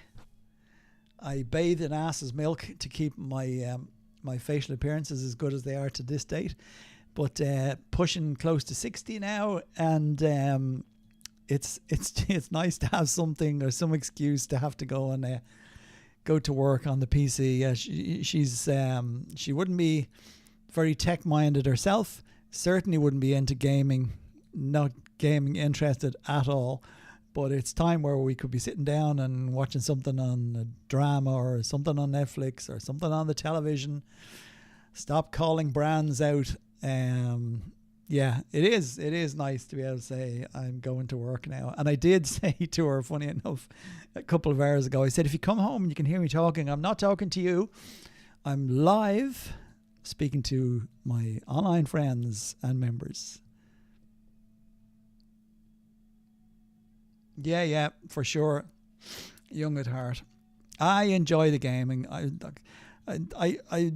wouldn't play too many PC games because what I don't like about them is obviously, as you know, when you're looking at a keyboard, all of the up, down arrows, left, right, all the hotkeys, shortcuts, etc. No, I can't be doing with that. If I'm going to play something, give me a console. And I can just have that in my hand, left, right, up, down, and okay, sure. There's a few special character keys you need to know on that as well. But yeah, I've played a good few games over the years, going right back to playing on the Amiga back in the day. Yeah, there were some good games on there. I remember a game called Supremacy actually, and I would have frequented quite a few amusement arcades back in the day. I would have played a couple of games. There was a couple I liked actually. Galaga, I think, was one of them. It was like a galaxy thing. You had to shoot these things coming out of the sky. There was another game I used to love playing. It was called Pengo or Pengu. No, Pengo, I think it was. You had to squash little penguins between blocks. Jesus. Oh yeah. Oh, to be young again. Fancy free and didn't have real life problems and things that we had to do daily.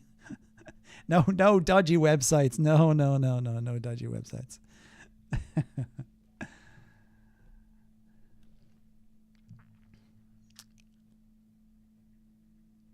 Yeah, well, that's the way to be, Cantius, for sure. I sometimes wonder myself when you look at all these big players that are 1 billion and 2 billion might. It's like, you know, where does it all end? I understand myself. Well, I have a reason to play the game now because I'm here to help others and play with them and still learn. Believe you me, I know a lot, but I don't know everything about this game, and I still learn daily or weekly when somebody says something. I go, oh, I didn't know that. For example, what Dowsman said earlier on about the gear. But yeah, I just like, does it get to a stage where you've reached your top? Well, they have reached their top level. All that's different now is as they progress and get bigger hero and captains, they're going to be able to bring more troops in battle. So great. Are we going to get to a stage where all of the big kingdoms, all of the big clans are going to unbubble and they're all going to attack each other just non-stop? I'd actually pay to watch that. And if that ever happens, I for sure will have it on this channel. You know, you heard it first. But yeah, I'd like to see something like that, just a pure punch out, you know, every so often. Have just one big battle, not a kingdom versus kingdom, a top clan versus top clan. Maybe that's what the game should do. That's where they should be going, because all the big players then would move to those big clans. They'd have massive clans and they could just attack each other, and you just put the reports up. But even that would get a little bit boring after a while, wouldn't it? So yeah, Kent, yes, you're right. Go at the pace that you're comfortable at. That's why this game is made in such a way as to be able to play for free, albeit a lot slower, or pay to play. And obviously you can do it faster. There are some things you do need to have in the game. Not need to, but they just help. and the premium status without trying to big it up is definitely one of those things. I don't think I could do without premium status, because the speed and the silver production, food production is all beneficial, and great ruler and building resources and construction speed, etc., etc. And obviously the great archaeologist. I mean, that, whatever about the other two, that is a must, because if you have that on and active when Carter is crypting, you're going to benefit from it for sure. Sorry, Dow's man. That it's definitely down to I'm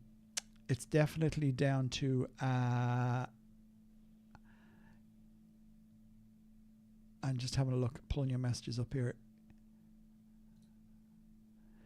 It's definitely down to a character amount, because there's no words, it's not flagging it for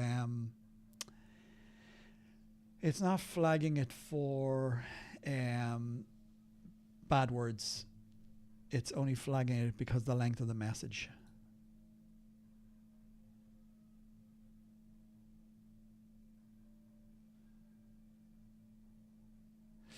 I don't know if I can change that moderation activity. Let me see if I can just change that.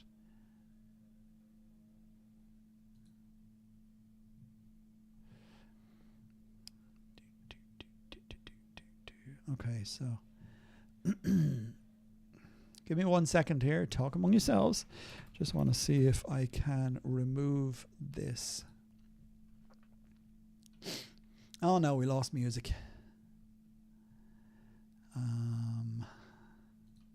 2 seconds. Sorry. I just want that to stop doing what it's doing. A chat bot. That's it.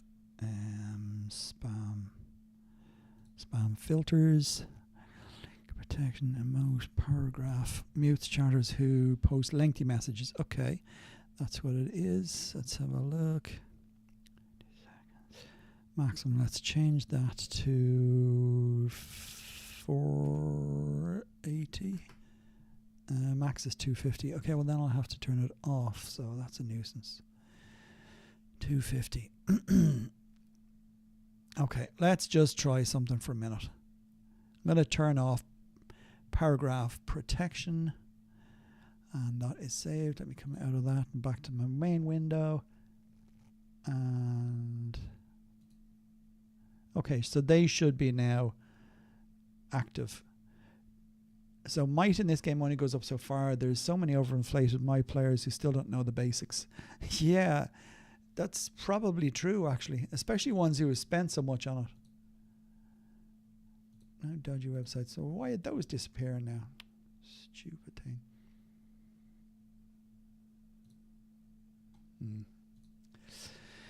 thing. Have to leave now. Okay, no problem at all, Andrea. Thank you for joining the live stream. Be good, and I'm sure I'll talk to you in the game later on. If the devs are watching, my idea is to have a clans competitive tournament streamed. Let me get back to some music here. Second. It's always nice to have something in the background. And we want back onto music. And let's go for a little bit of... sure, let's have a little bit of this. There we go. Okay, what you mean? Clans competitive tournament live streamed, I assume you mean, not love streamed. Change the mechanics where maybe you only bubble for a few minutes, teleports, cooldown, etc., and just put them all. And I missed the rest of the message. Yeah, that's pretty much what I like to see as well. I think it'll make sense. It's kind of a little bit like the event that they had, that obelisk. Center of the world, center of your kingdom kind of thing, principle. If they had something like that, maybe. Or that you could teleport to another kingdom, a whole clan for an event, and you would be there, and then you would go back to your other one. You know, something like that. I don't know. Maybe it would be too hard for them to organize, but they're developers. That's what they're getting paid for, right? That's why we're paying their wages. Developers. I don't know if they're looking at my channel. They may not have liked one video that I did. I'm sure you all saw it, those that are here anyway. I just had a bad day that day and I just felt I needed to vent. So I did. And I'll always speak my mind. Some people hate me for it, some people like me for it. But that's me, right? We're all entitled to our opinion, especially when we play something that we pay money for, we expect something in return for. So we need them to listen. They don't have to listen to everything. Well, they do, but they don't have to do everything, but they could do something. Anyway, not going to be one of them days. I'm calm. It's the weekend. Woohoo!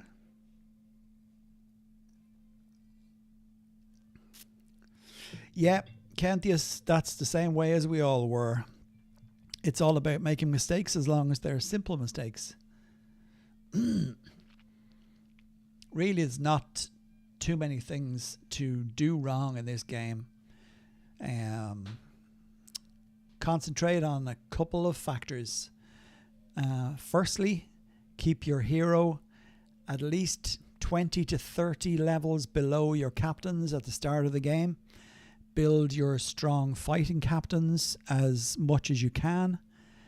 Use stacks when you're attacking epics. Don't waste your time, bar if you're valor point farming and not having losses. Don't waste your time on normal monsters in the game. Growth is all about attacking epics. Even though you die, you gain more valor points and more experience points than any other point in the game. And the third thing is Captain Carter is king, as you probably saw my video. I don't think there's a person in the game that would disagree with me on that. Many would have an idea as to another captain that might need more time than Carter does.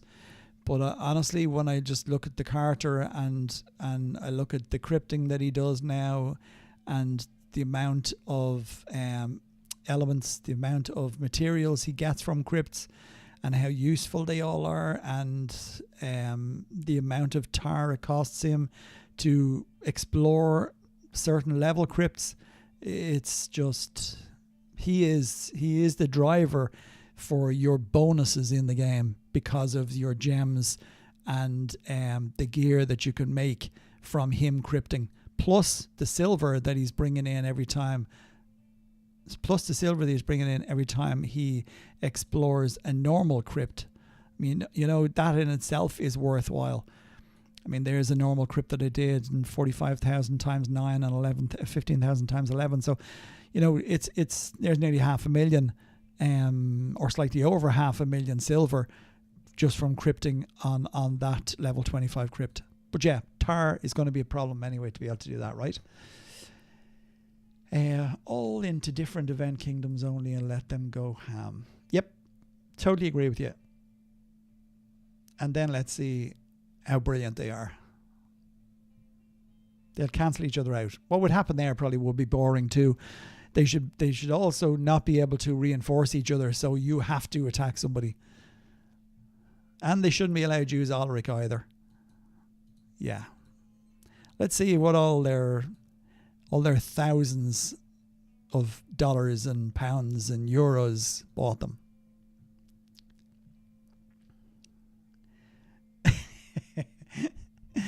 Yeah, like I said, I don't think any developers are watching my channel. We're just low lives. Sorry, I'm just a low life. Yeah. Anyway, I don't care. I'm not doing it for the developers. I'm doing it for you guys. That's why I'm here. How are we going? 5 o'clock. Probably run this stream for another 20 minutes, half an hour, if that's okay with you guys. If you're getting bored, don't be afraid to jump off. If you're enjoying it, don't be afraid to hit the like button. If you're new and you've just arrived and you're watching this and going, what the hell is this guy talking about? I never heard of a game like this before. Again, excuse my stupid accent. But yeah, say hi.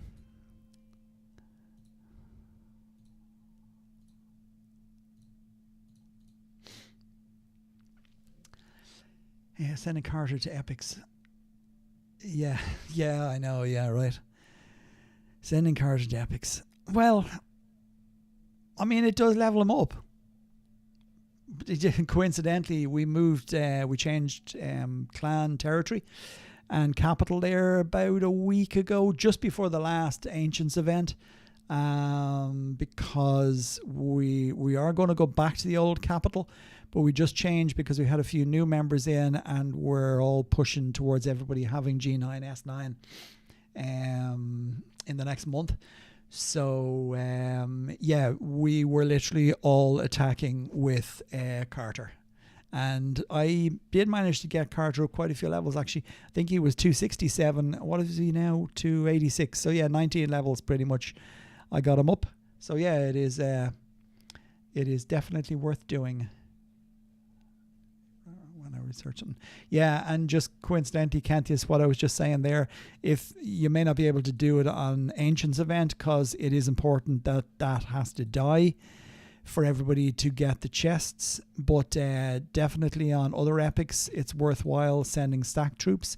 Make a set of battle armor for him, and or take it off one of the other captains that you have it on, put it onto him, put a good artifact on him, maybe Lord Ifrit's or Ifrit Lord's belt, put that on so as he gives a bonus to the whole army strength, and let him just attack, and you'll see his levels fly up. It's definitely a way to go to get him up fast. Back to the chat here. What are we doing? 62.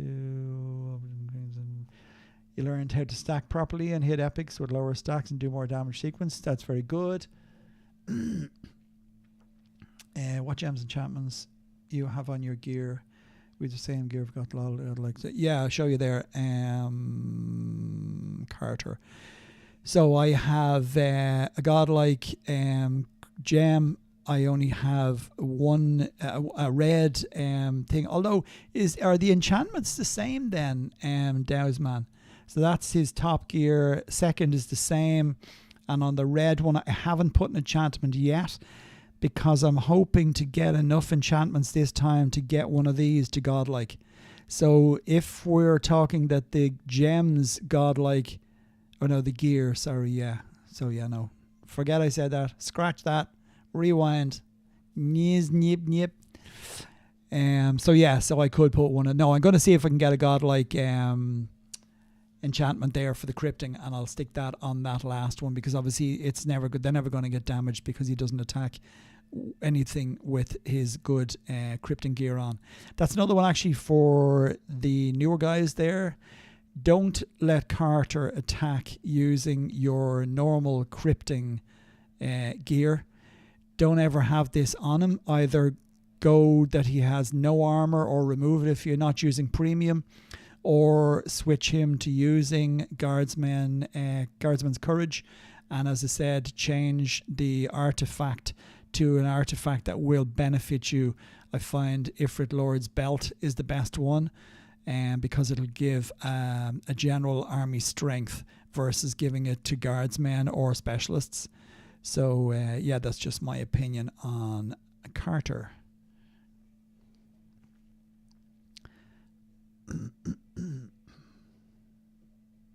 Yeah, I know. Yeah, and that's the thing about the enchantments, is that if you have to change the gear, you're going to lose the enchantment. But look, because we're getting enchantments now from the lava fountain crypts, it's probably worth considering. Yes, Omniscience gear is better for Carter for sure. That's what I have on him now. The thing about the Omniscience gear is it will give you epic crypt bonuses. So the Tomb Raider gear is good for just general crypt exploration efficiency, but the Omniscience gear gives him the epic crypt exploration efficiency bonuses as well. So yeah, I mean, if you could get it up to godlike or to ascendant, obviously you're going to benefit greatly from those bonuses. So yeah, Omniscience gear all the way. What's the benefits for the host to host a CP run? MTB. A simple answer to that is silver. The the main reason that you would do it if you weren't in a clan, if another clan came to you and you were a big player and they wanted to do CP runs against you, you basically charge them silver. So it just means that you're bolstering your silver amount. They're the only benefits.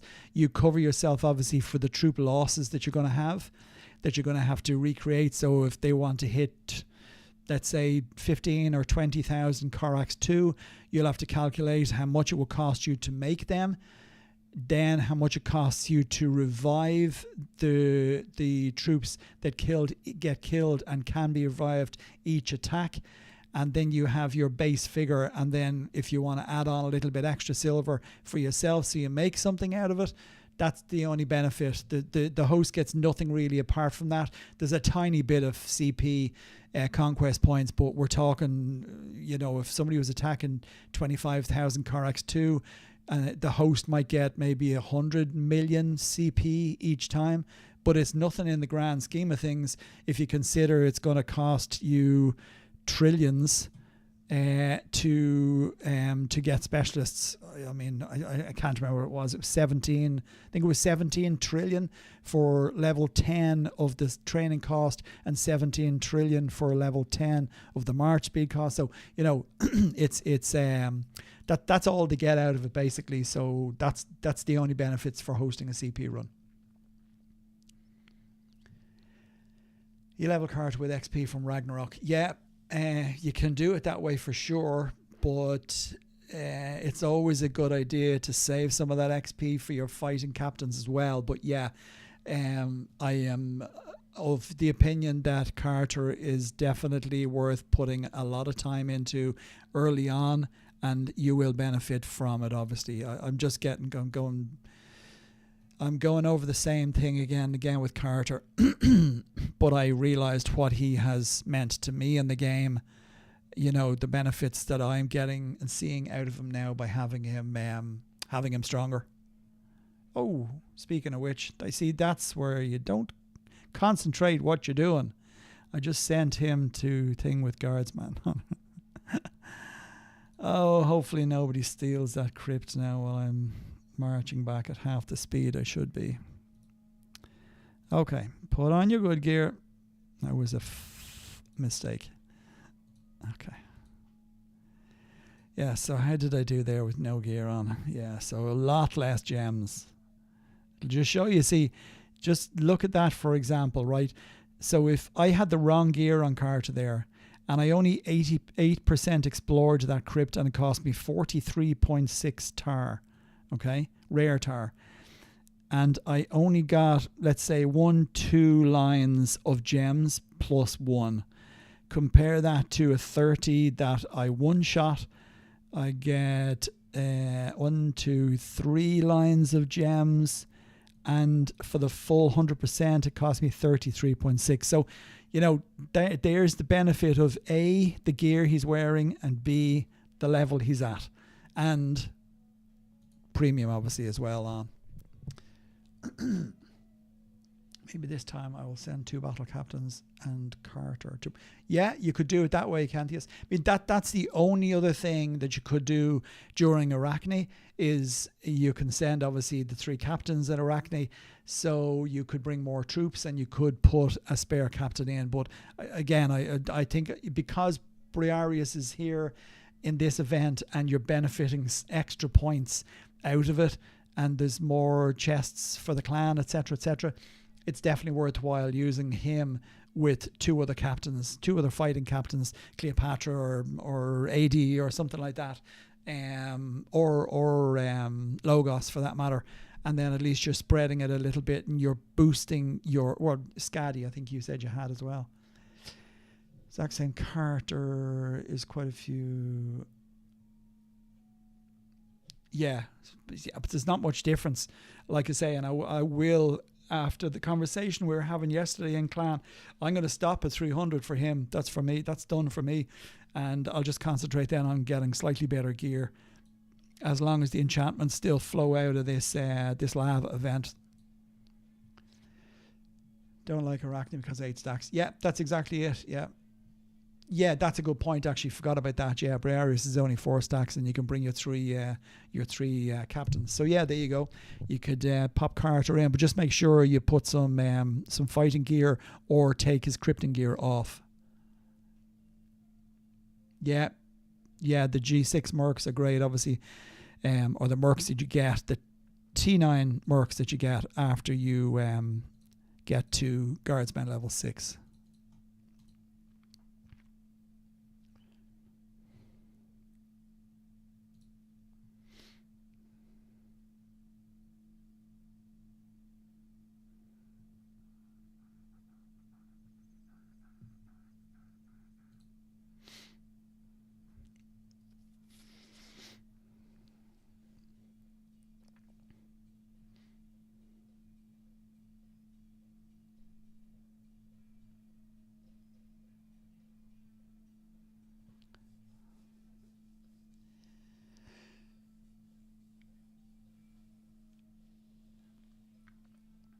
Just on a on a question there, Kentius, that you asked, Rafal. Oh no, Rafal asked you. Sorry, I don't know if he's gone there now. Are you still there, Rafal? Just you asked a question as regards to the Rise of Ancients event. Is it a major source of tar? And yes, it is, but it seems to be based around your city. Not your city, your might level. The bigger guys seem to get different or slightly better gifts in certain areas than other guys do. So on the tar end of things, for example, speaking of tar, I'll have to just keep an eye on this. We get quite a bit of rare and epic tar out of those events, but we get a lot through chests, clan chests as well.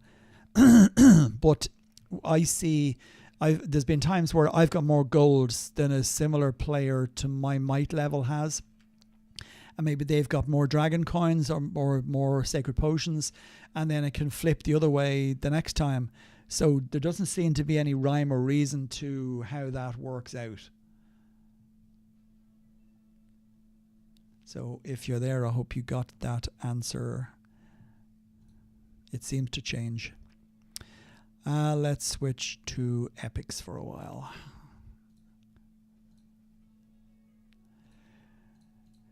Although I must admit, we do less and less epics. We're only doing the epics now because, again, they're a requirement of the clan. We have to do 40 epic crypts, 40 rare crypts, and the level of which needs to be a minimum of 25 or 30. I think it's 25 on the rares and 30 on the no, it's 25 as well on the epics. But what really annoys me in the game, and I'm sure it does you too, yeah, I read that earlier, is the artifacts that you get, not the artifacts, the what we call them, the materials that you get from epic crypts is a farce. Capital F, capital A, capital R, capital C, capital E. So I've just explored a level 30 epic crypt, and all I get out of it by way of its special features is 1 green harpy feather and 4 grey harpy feathers. No, yeah, 4. Like, seriously, why am I wasting my time? The only reason to do epic crypts now is we have to do them, because I sure as hell wouldn't be wasting my tar doing them if I was trying to come across this. Instead of which, I can just go to Hellforge, and after having leveled my captains up, I have the points here to be able to go into the shop and instead buy the flying units gear. Like, I could actually get a red flying units gear, or I could get nearly a set of the orange gear. It's just mental. Stupid game. Yours, level 35, tell you now. Epic. Yeah. Let me find a 35 feathers. Shell. No, I'll go with the feathers. And then you never find the crypt you want. There we go. Okay, let me just check I have my gear on right. Yep. Let's go. I shall tell you in 12 seconds, 10 seconds, 9 seconds, 8 seconds, 7 seconds, 6 seconds.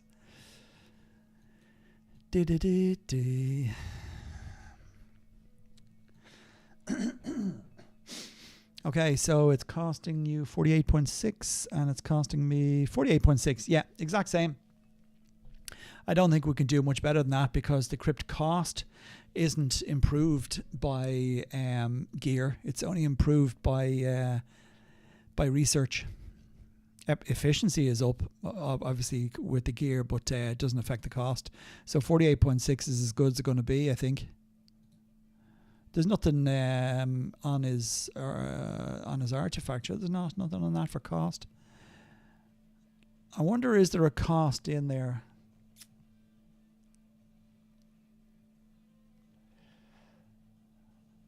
Yeah, Cantius, it is chests, but you don't have to worry about that. You can get it in, yes, you can buy it in Hellforge. Yeah. Just get it in Hellforge, basically, because, again, for me, if I was to go into Forge and go down to create Emperor's Wrath gear, I need to have these, from entering competitions. So it's the likes of, I think you get them in Clash for the Throne. Do you get them in Clash for the Throne? You get them in Kingdom versus Kingdom. You do. I think you get them in all the major events, major PvP events. Isn't that right? So Kingdom versus Kingdom and Clash for the Throne, that's when you get these tournament trophies. Yeah. And yeah, that's right. They're the two events. So yeah, other than that, it is only a case of Hellforge. As you can see, I don't have many here. So you can just imagine any of the players that are sitting in shields up in the higher kingdoms, in the huge clans, they are only using Hellforge to purchase the tournament gear.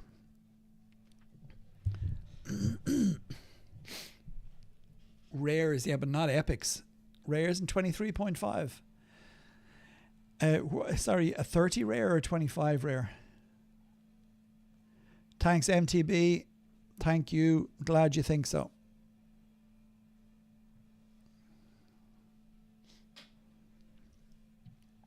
$30 rare. 23. Wow, I don't think you can do that. 23.5. I don't think so. Like, it clearly doesn't state anything to do with crypt cost in there. So the enchantment doesn't help, does it? I don't think it does. Workshop, combine enchantments.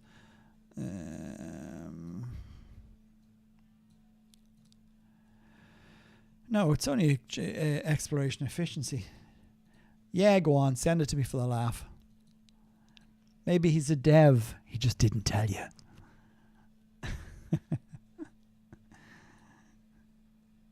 More cheats. By the end of this video today, people are going, did you know that you could get all these cheats in Total Battle to be able to find out when a shield drops, how much silver is in the city, and the fact that you can explore a level 30 rare crypt for like 200 blue tar. Does the crypt cost keep down with additional XP bonus increase? And clearing everything in one hit, but the costs are still higher than some others I've seen. Well, that's funny enough, JT. That's what we're just talking about now. So yeah, not sure. We need to find that out. I think Dowsman, you're going to have to ask him, not just send me the report. I mean, I don't think it's down to his level, because mine has gone up in level and my crypting hasn't changed. I've got a million things. What I might do for the next video is I'll go back through my journal, because Carter did level up by about 19 levels during the last Rise of Ancients, where we all went mental with our carters. And I'll have a look and see, because I did some crypting just before that, and then I did a load of rare crypts after it. Can I trade food for silver? No, you cannot. Food is the most useless thing in this game. Food. Let me show you some food. Do you know what I mean? Do you know what I think? The best thing and the only thing you can use for food is during the what's it called? Blah blah blah. War Games is on at the minute. Pity we're all bubbled. What am I looking for here? I know somebody will say it before I find it. Capital Challenge. On the Capital Challenge, that's when you send any spare food you have to the clan capital, and not clan capital, sorry, to your what am I looking for? Coordinates. To your temple. Just there. So you can send your food there, caravan it in as big a quantity as you can, and you should be able to rank. And that ranking will give you, do I have that still actually, titles? Yeah, it'll give you a resource gathering speed on the world map, which means it will benefit you, the speed that you can gather gold from a gold mine, or gold from a dragon mound, or tar from a wellspring ruin, or indeed, I think it does work with gathering speed when you attack a player. If you attack a player and he has silver, any silver that you're taking away, I think it increases that that figure as well. I've sent you, take a look off stream. Yeah, will do. What else did I do there, JT? Did I answer your question, JT? Yeah, I don't think the XP bonus increases. I don't know, but we're going to have to find out. And Dowsman's going to maybe look for us and see, or ask the player that is running a level 30 rare at 23.5. I don't think it's the level, and it can't be the gear, because it would say crypt exploration cost, and it doesn't. It's only exploration efficiency. So what else is there? It's not the artifact, because again, the artifact is yeah, no, it can't be the artifact. 869, it's nearly time to start attacking basilisks again.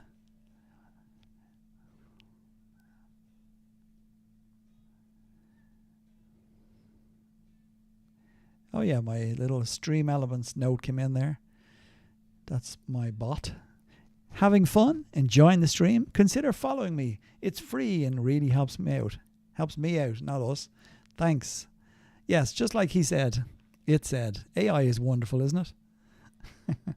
Hey, maybe one day I'll be AI. I won't really be here. I'll be a robot. That was a really bad impression of a robot. Oh, I think I might. We'll have to have some fun on this channel sometime. Okay, maybe sometimes I'm trying to get pin down when I'm going to do the live streams. So just to say this now, okay, this live stream currently is going out across my YouTube channel. I don't think you have to be a member of the channel to see a live stream.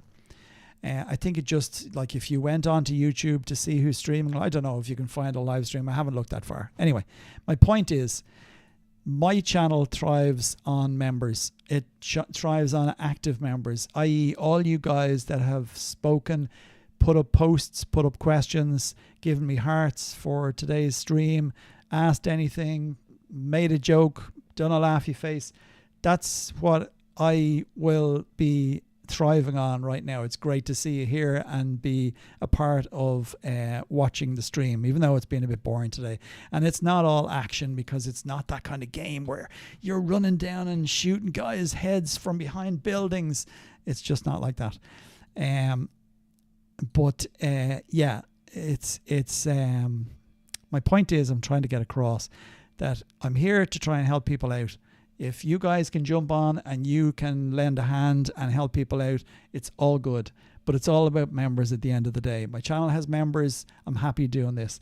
I'm happy sitting down for hours, and I want to be able to stream more. So today's stream, I do have several tier members.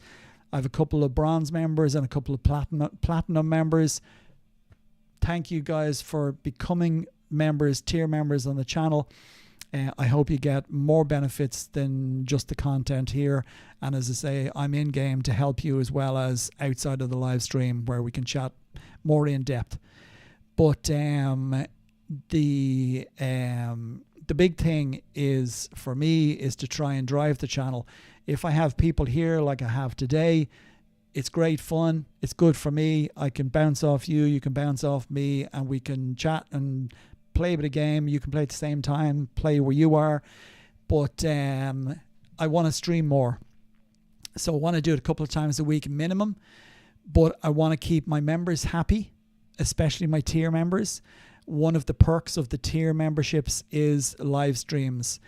I don't like to be in a situation where I'm doing live streams to everybody and anybody, because it's taking the shine off my tier memberships.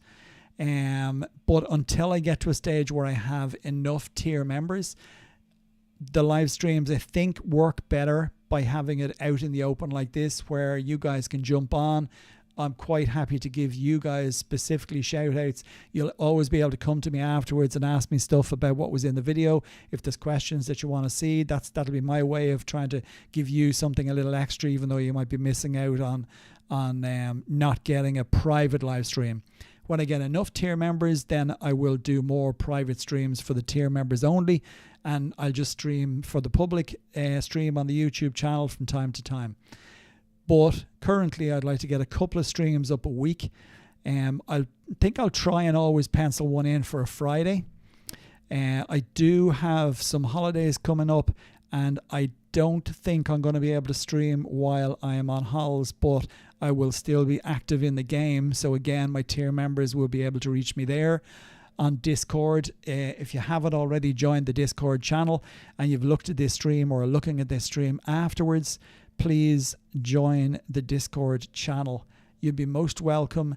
There are specific places on that channel to be able to, if you're a tier member, there's special rooms specifically for tier members. But apart from that, I'll leave it in the chat here now. Join us on the Discord channel, please. You'll be more than welcome. And if anybody has any Discord experience or would like to become a moderator, I will be looking for one at some stage. Currently, I just have some bots that run most of the background tasks, but moving forward, it will be something I will want to get as the channel grows. Okay.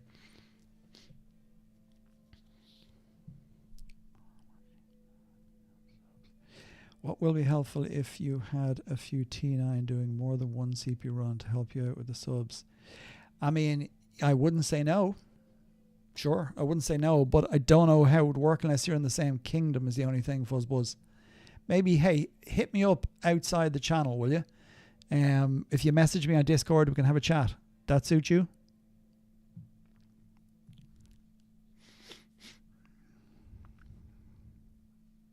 Currently, it's not too bad. There's only 2 members, and I can easily cope with the 2 members. Okay, good to know. Yeah, like I say, if you can hit me up on Discord, you on Discord? Go on the channel anyway. The link is there if you're not already. You are, actually. I know you are. I've seen you there before. So yeah, just message me privately on Discord and we can have a chat if you can. Appreciate that. Super. So yeah, look, it's all about members. It's all about the channel being active and having players and people chatting and passing opinion. You know, anything to help this game be a little bit easier. I think it's the most important thing.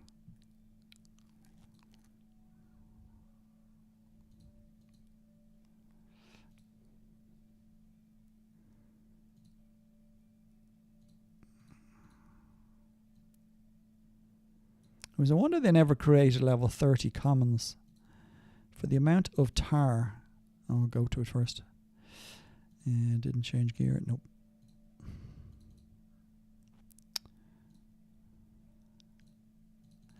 Yeah, for the commons, I mean, I have 96 million tar here. I will never get through this tar in a lifetime. And I have a lot more in chests too. There's not even any point in opening these chests.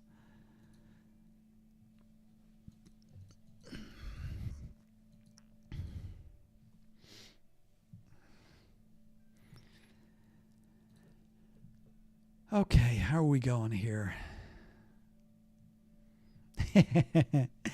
Yeah, right.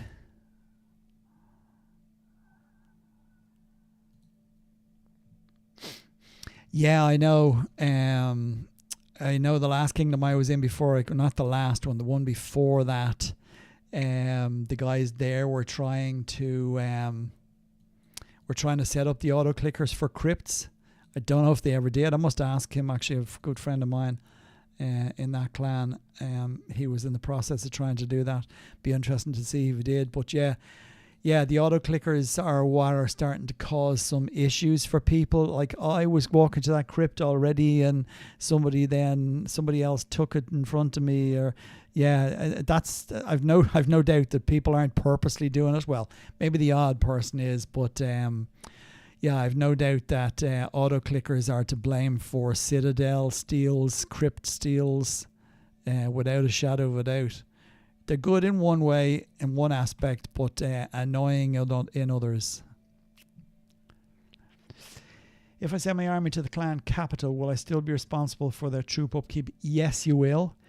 And at the same time, if you send your army to the clan capital or forts. So if you send your army to forts because you're unshielded, you will both be responsible for the troop upkeep on food cost, but also you will not be making any extra food if you're wearing Honored Ruler gear. So for your Honored Ruler gear to work, you must be in the city. For example, the Honored Ruler gear that's currently on my hero, if I go here, you can see that my production speed is 11,578,750. If I sent him to an arena, find an arena now. I know I saw one here a minute ago. Never find an arena when you need one. Come on. There, no. I give up.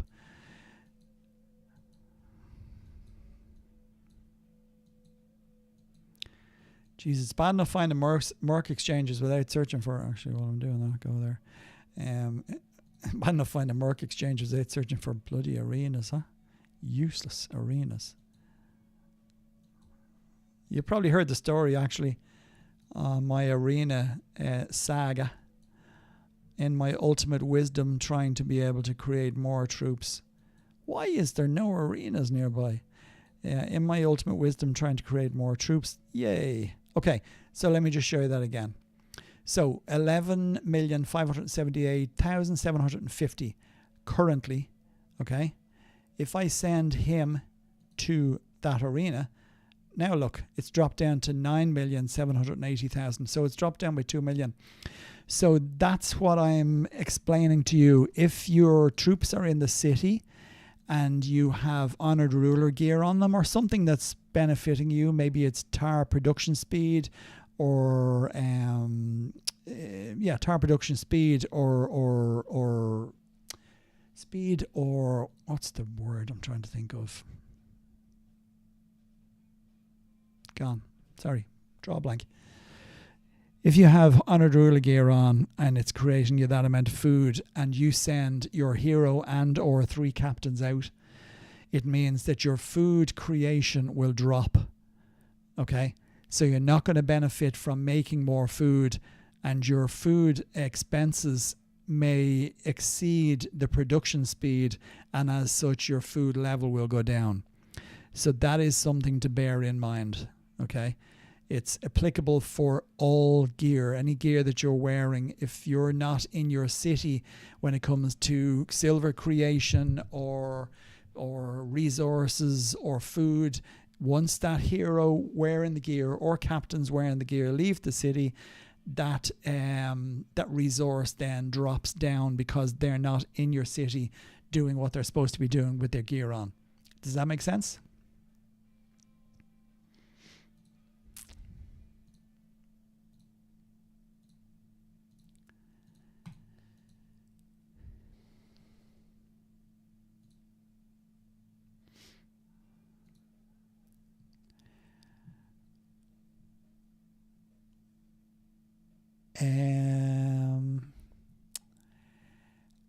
I don't.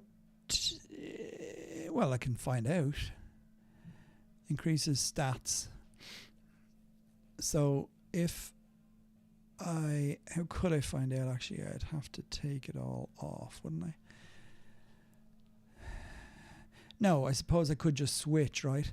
So he's 11, 5, 7, 8, 750. Switch to his. Yeah, it does. There you go. Although no, that's just taking it off. Sorry. How would I be able to work that out?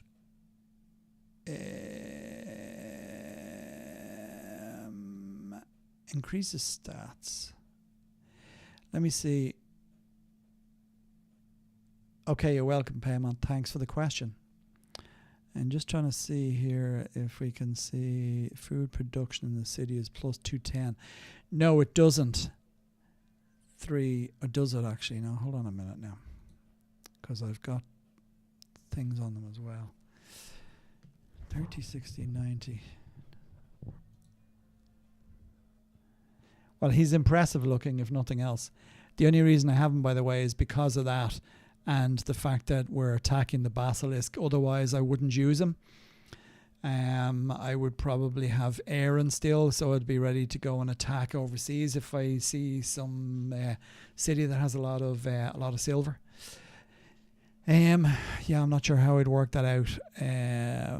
Is it in the Hall of Fame? Construction speed, research speed. So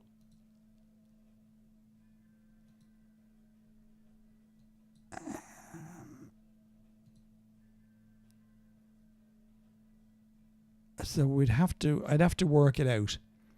So if I'm getting an increase of 30%,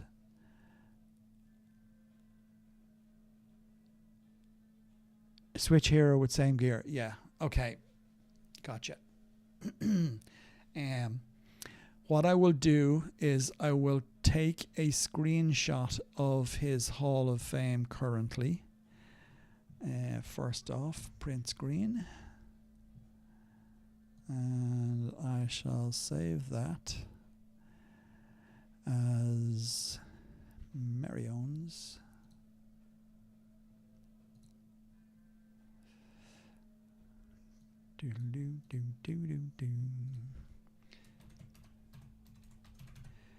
Marion's with honored ruler gear. Okay, save. And also I want to have a look at these stats, although I have to have, when I have all of the captains that would normally have in place, mind you, sorry, that's going to be hard. Yeah, I'll have to do that separate, because apart from the fact of the production speed that it's telling me now, although I changed him earlier today, put Dustan in there again. She is the right gear, that's it. Yeah, I have a couple of honored ruler gear for these guys. That first set for Stror increases silver and food. That's what happens when you talk too fast. The first set I have increases silver and food production by plus 125%. And the other set I use increases it by 210%, but the troop training speed is plus 26 on that. and plus 60 on that, and the training queue limit is improved as well.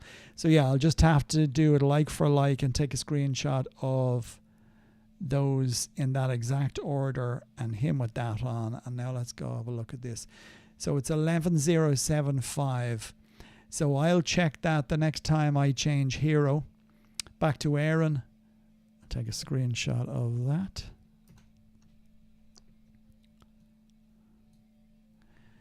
And save that as Marion's.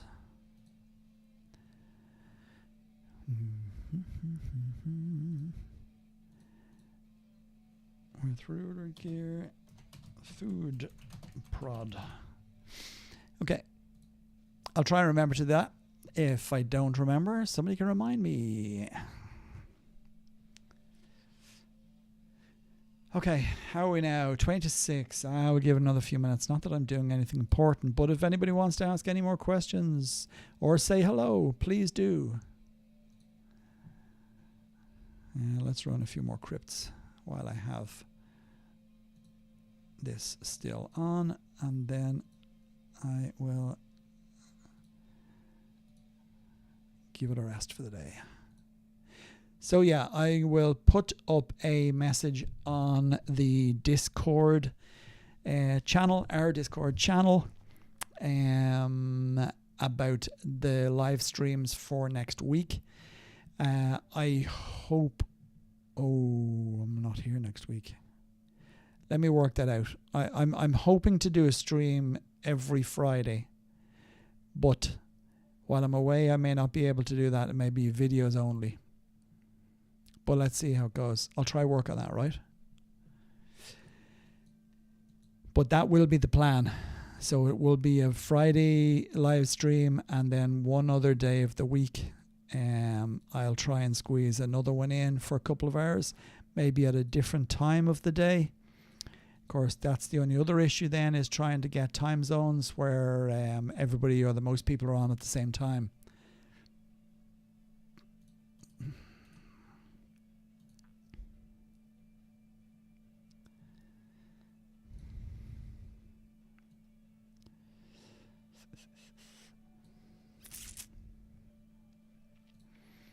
And I'll have to remember to use my points up. No, I won't actually, because that's okay.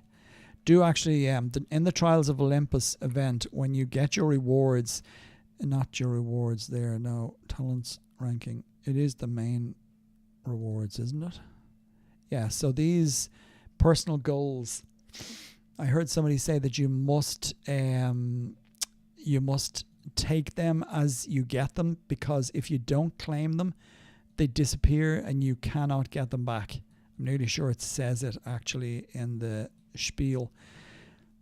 All unclaimed rewards for reaching personal goals will disappear after the tournament ends, but I don't know if that's specific. Well, I think it probably is specific to each tournament, i.e. this particular stage. This is stage 3.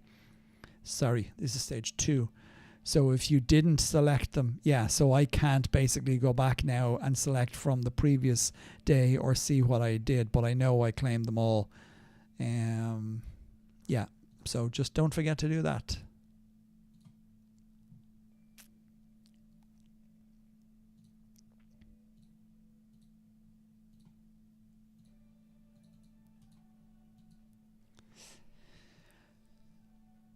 Okay, guys, I think we're coming to the end of our stream for today.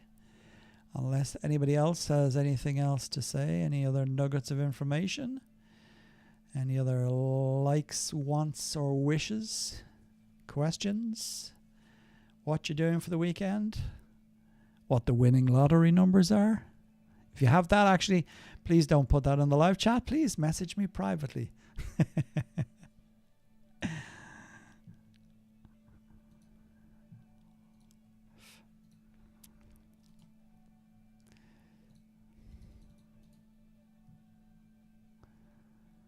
Oh, somebody's just messaged me the winning lottery numbers.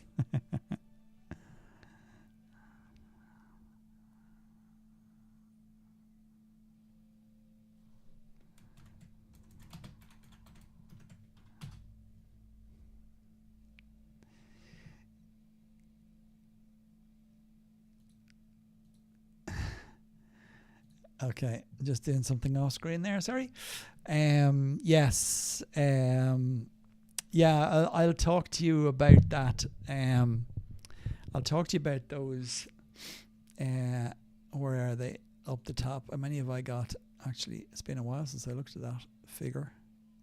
Oh yeah, there you go. So I've got Mastercoins. I've got 1.9 billion of them. They're pretty much useless as well. But yeah, once you're doing citadels, cursed citadels, the big thing about the cursed citadels are the walls. The walls are much stronger on the cursed citadels than they are on Elven. However, your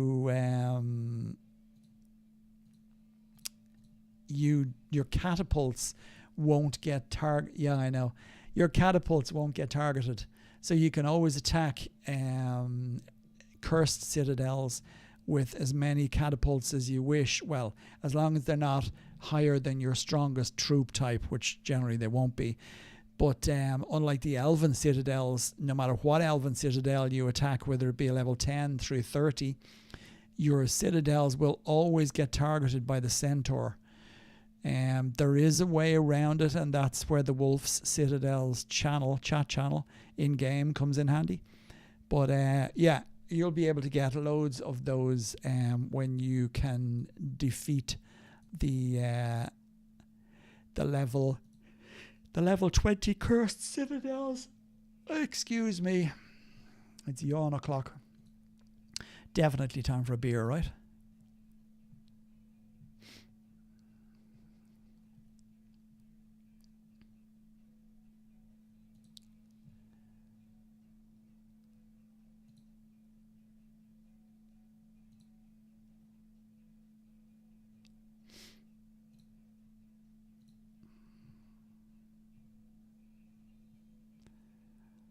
Yeah, well, look at you. I'd have to go to the fridge.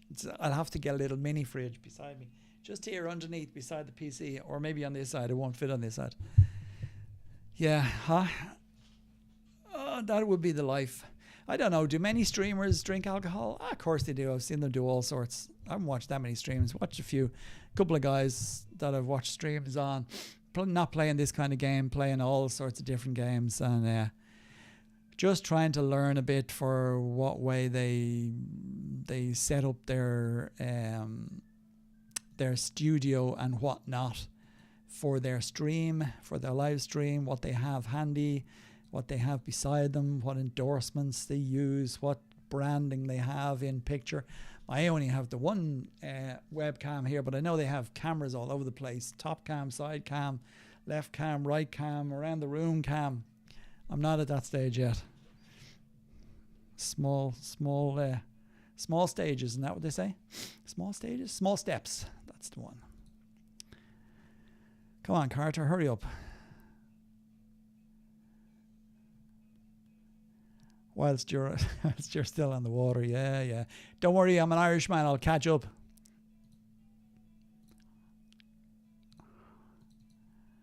I'm actually parched.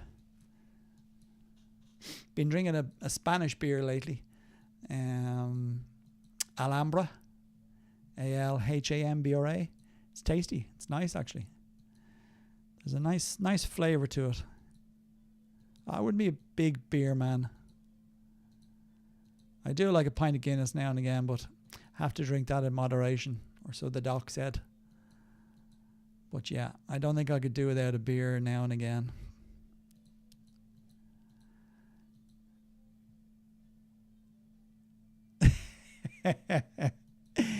If you provide the table, I'll drink you under it. I'll drink under it, on top of it, around it, wherever you want me to drink.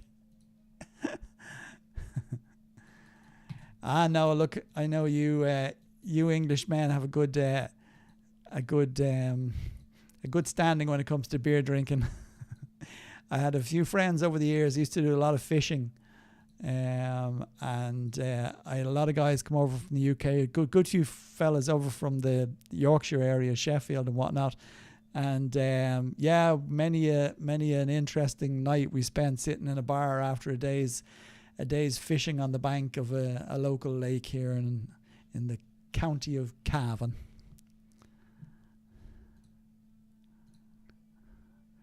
What was I going to do? I was going to put that in chat and I won't bother. They'll find it themselves. Okay. I think I'm going to call it a day. Wife will be home shortly and she'll be expecting attention. Not that kind of attention. She would be expecting my attention. So I will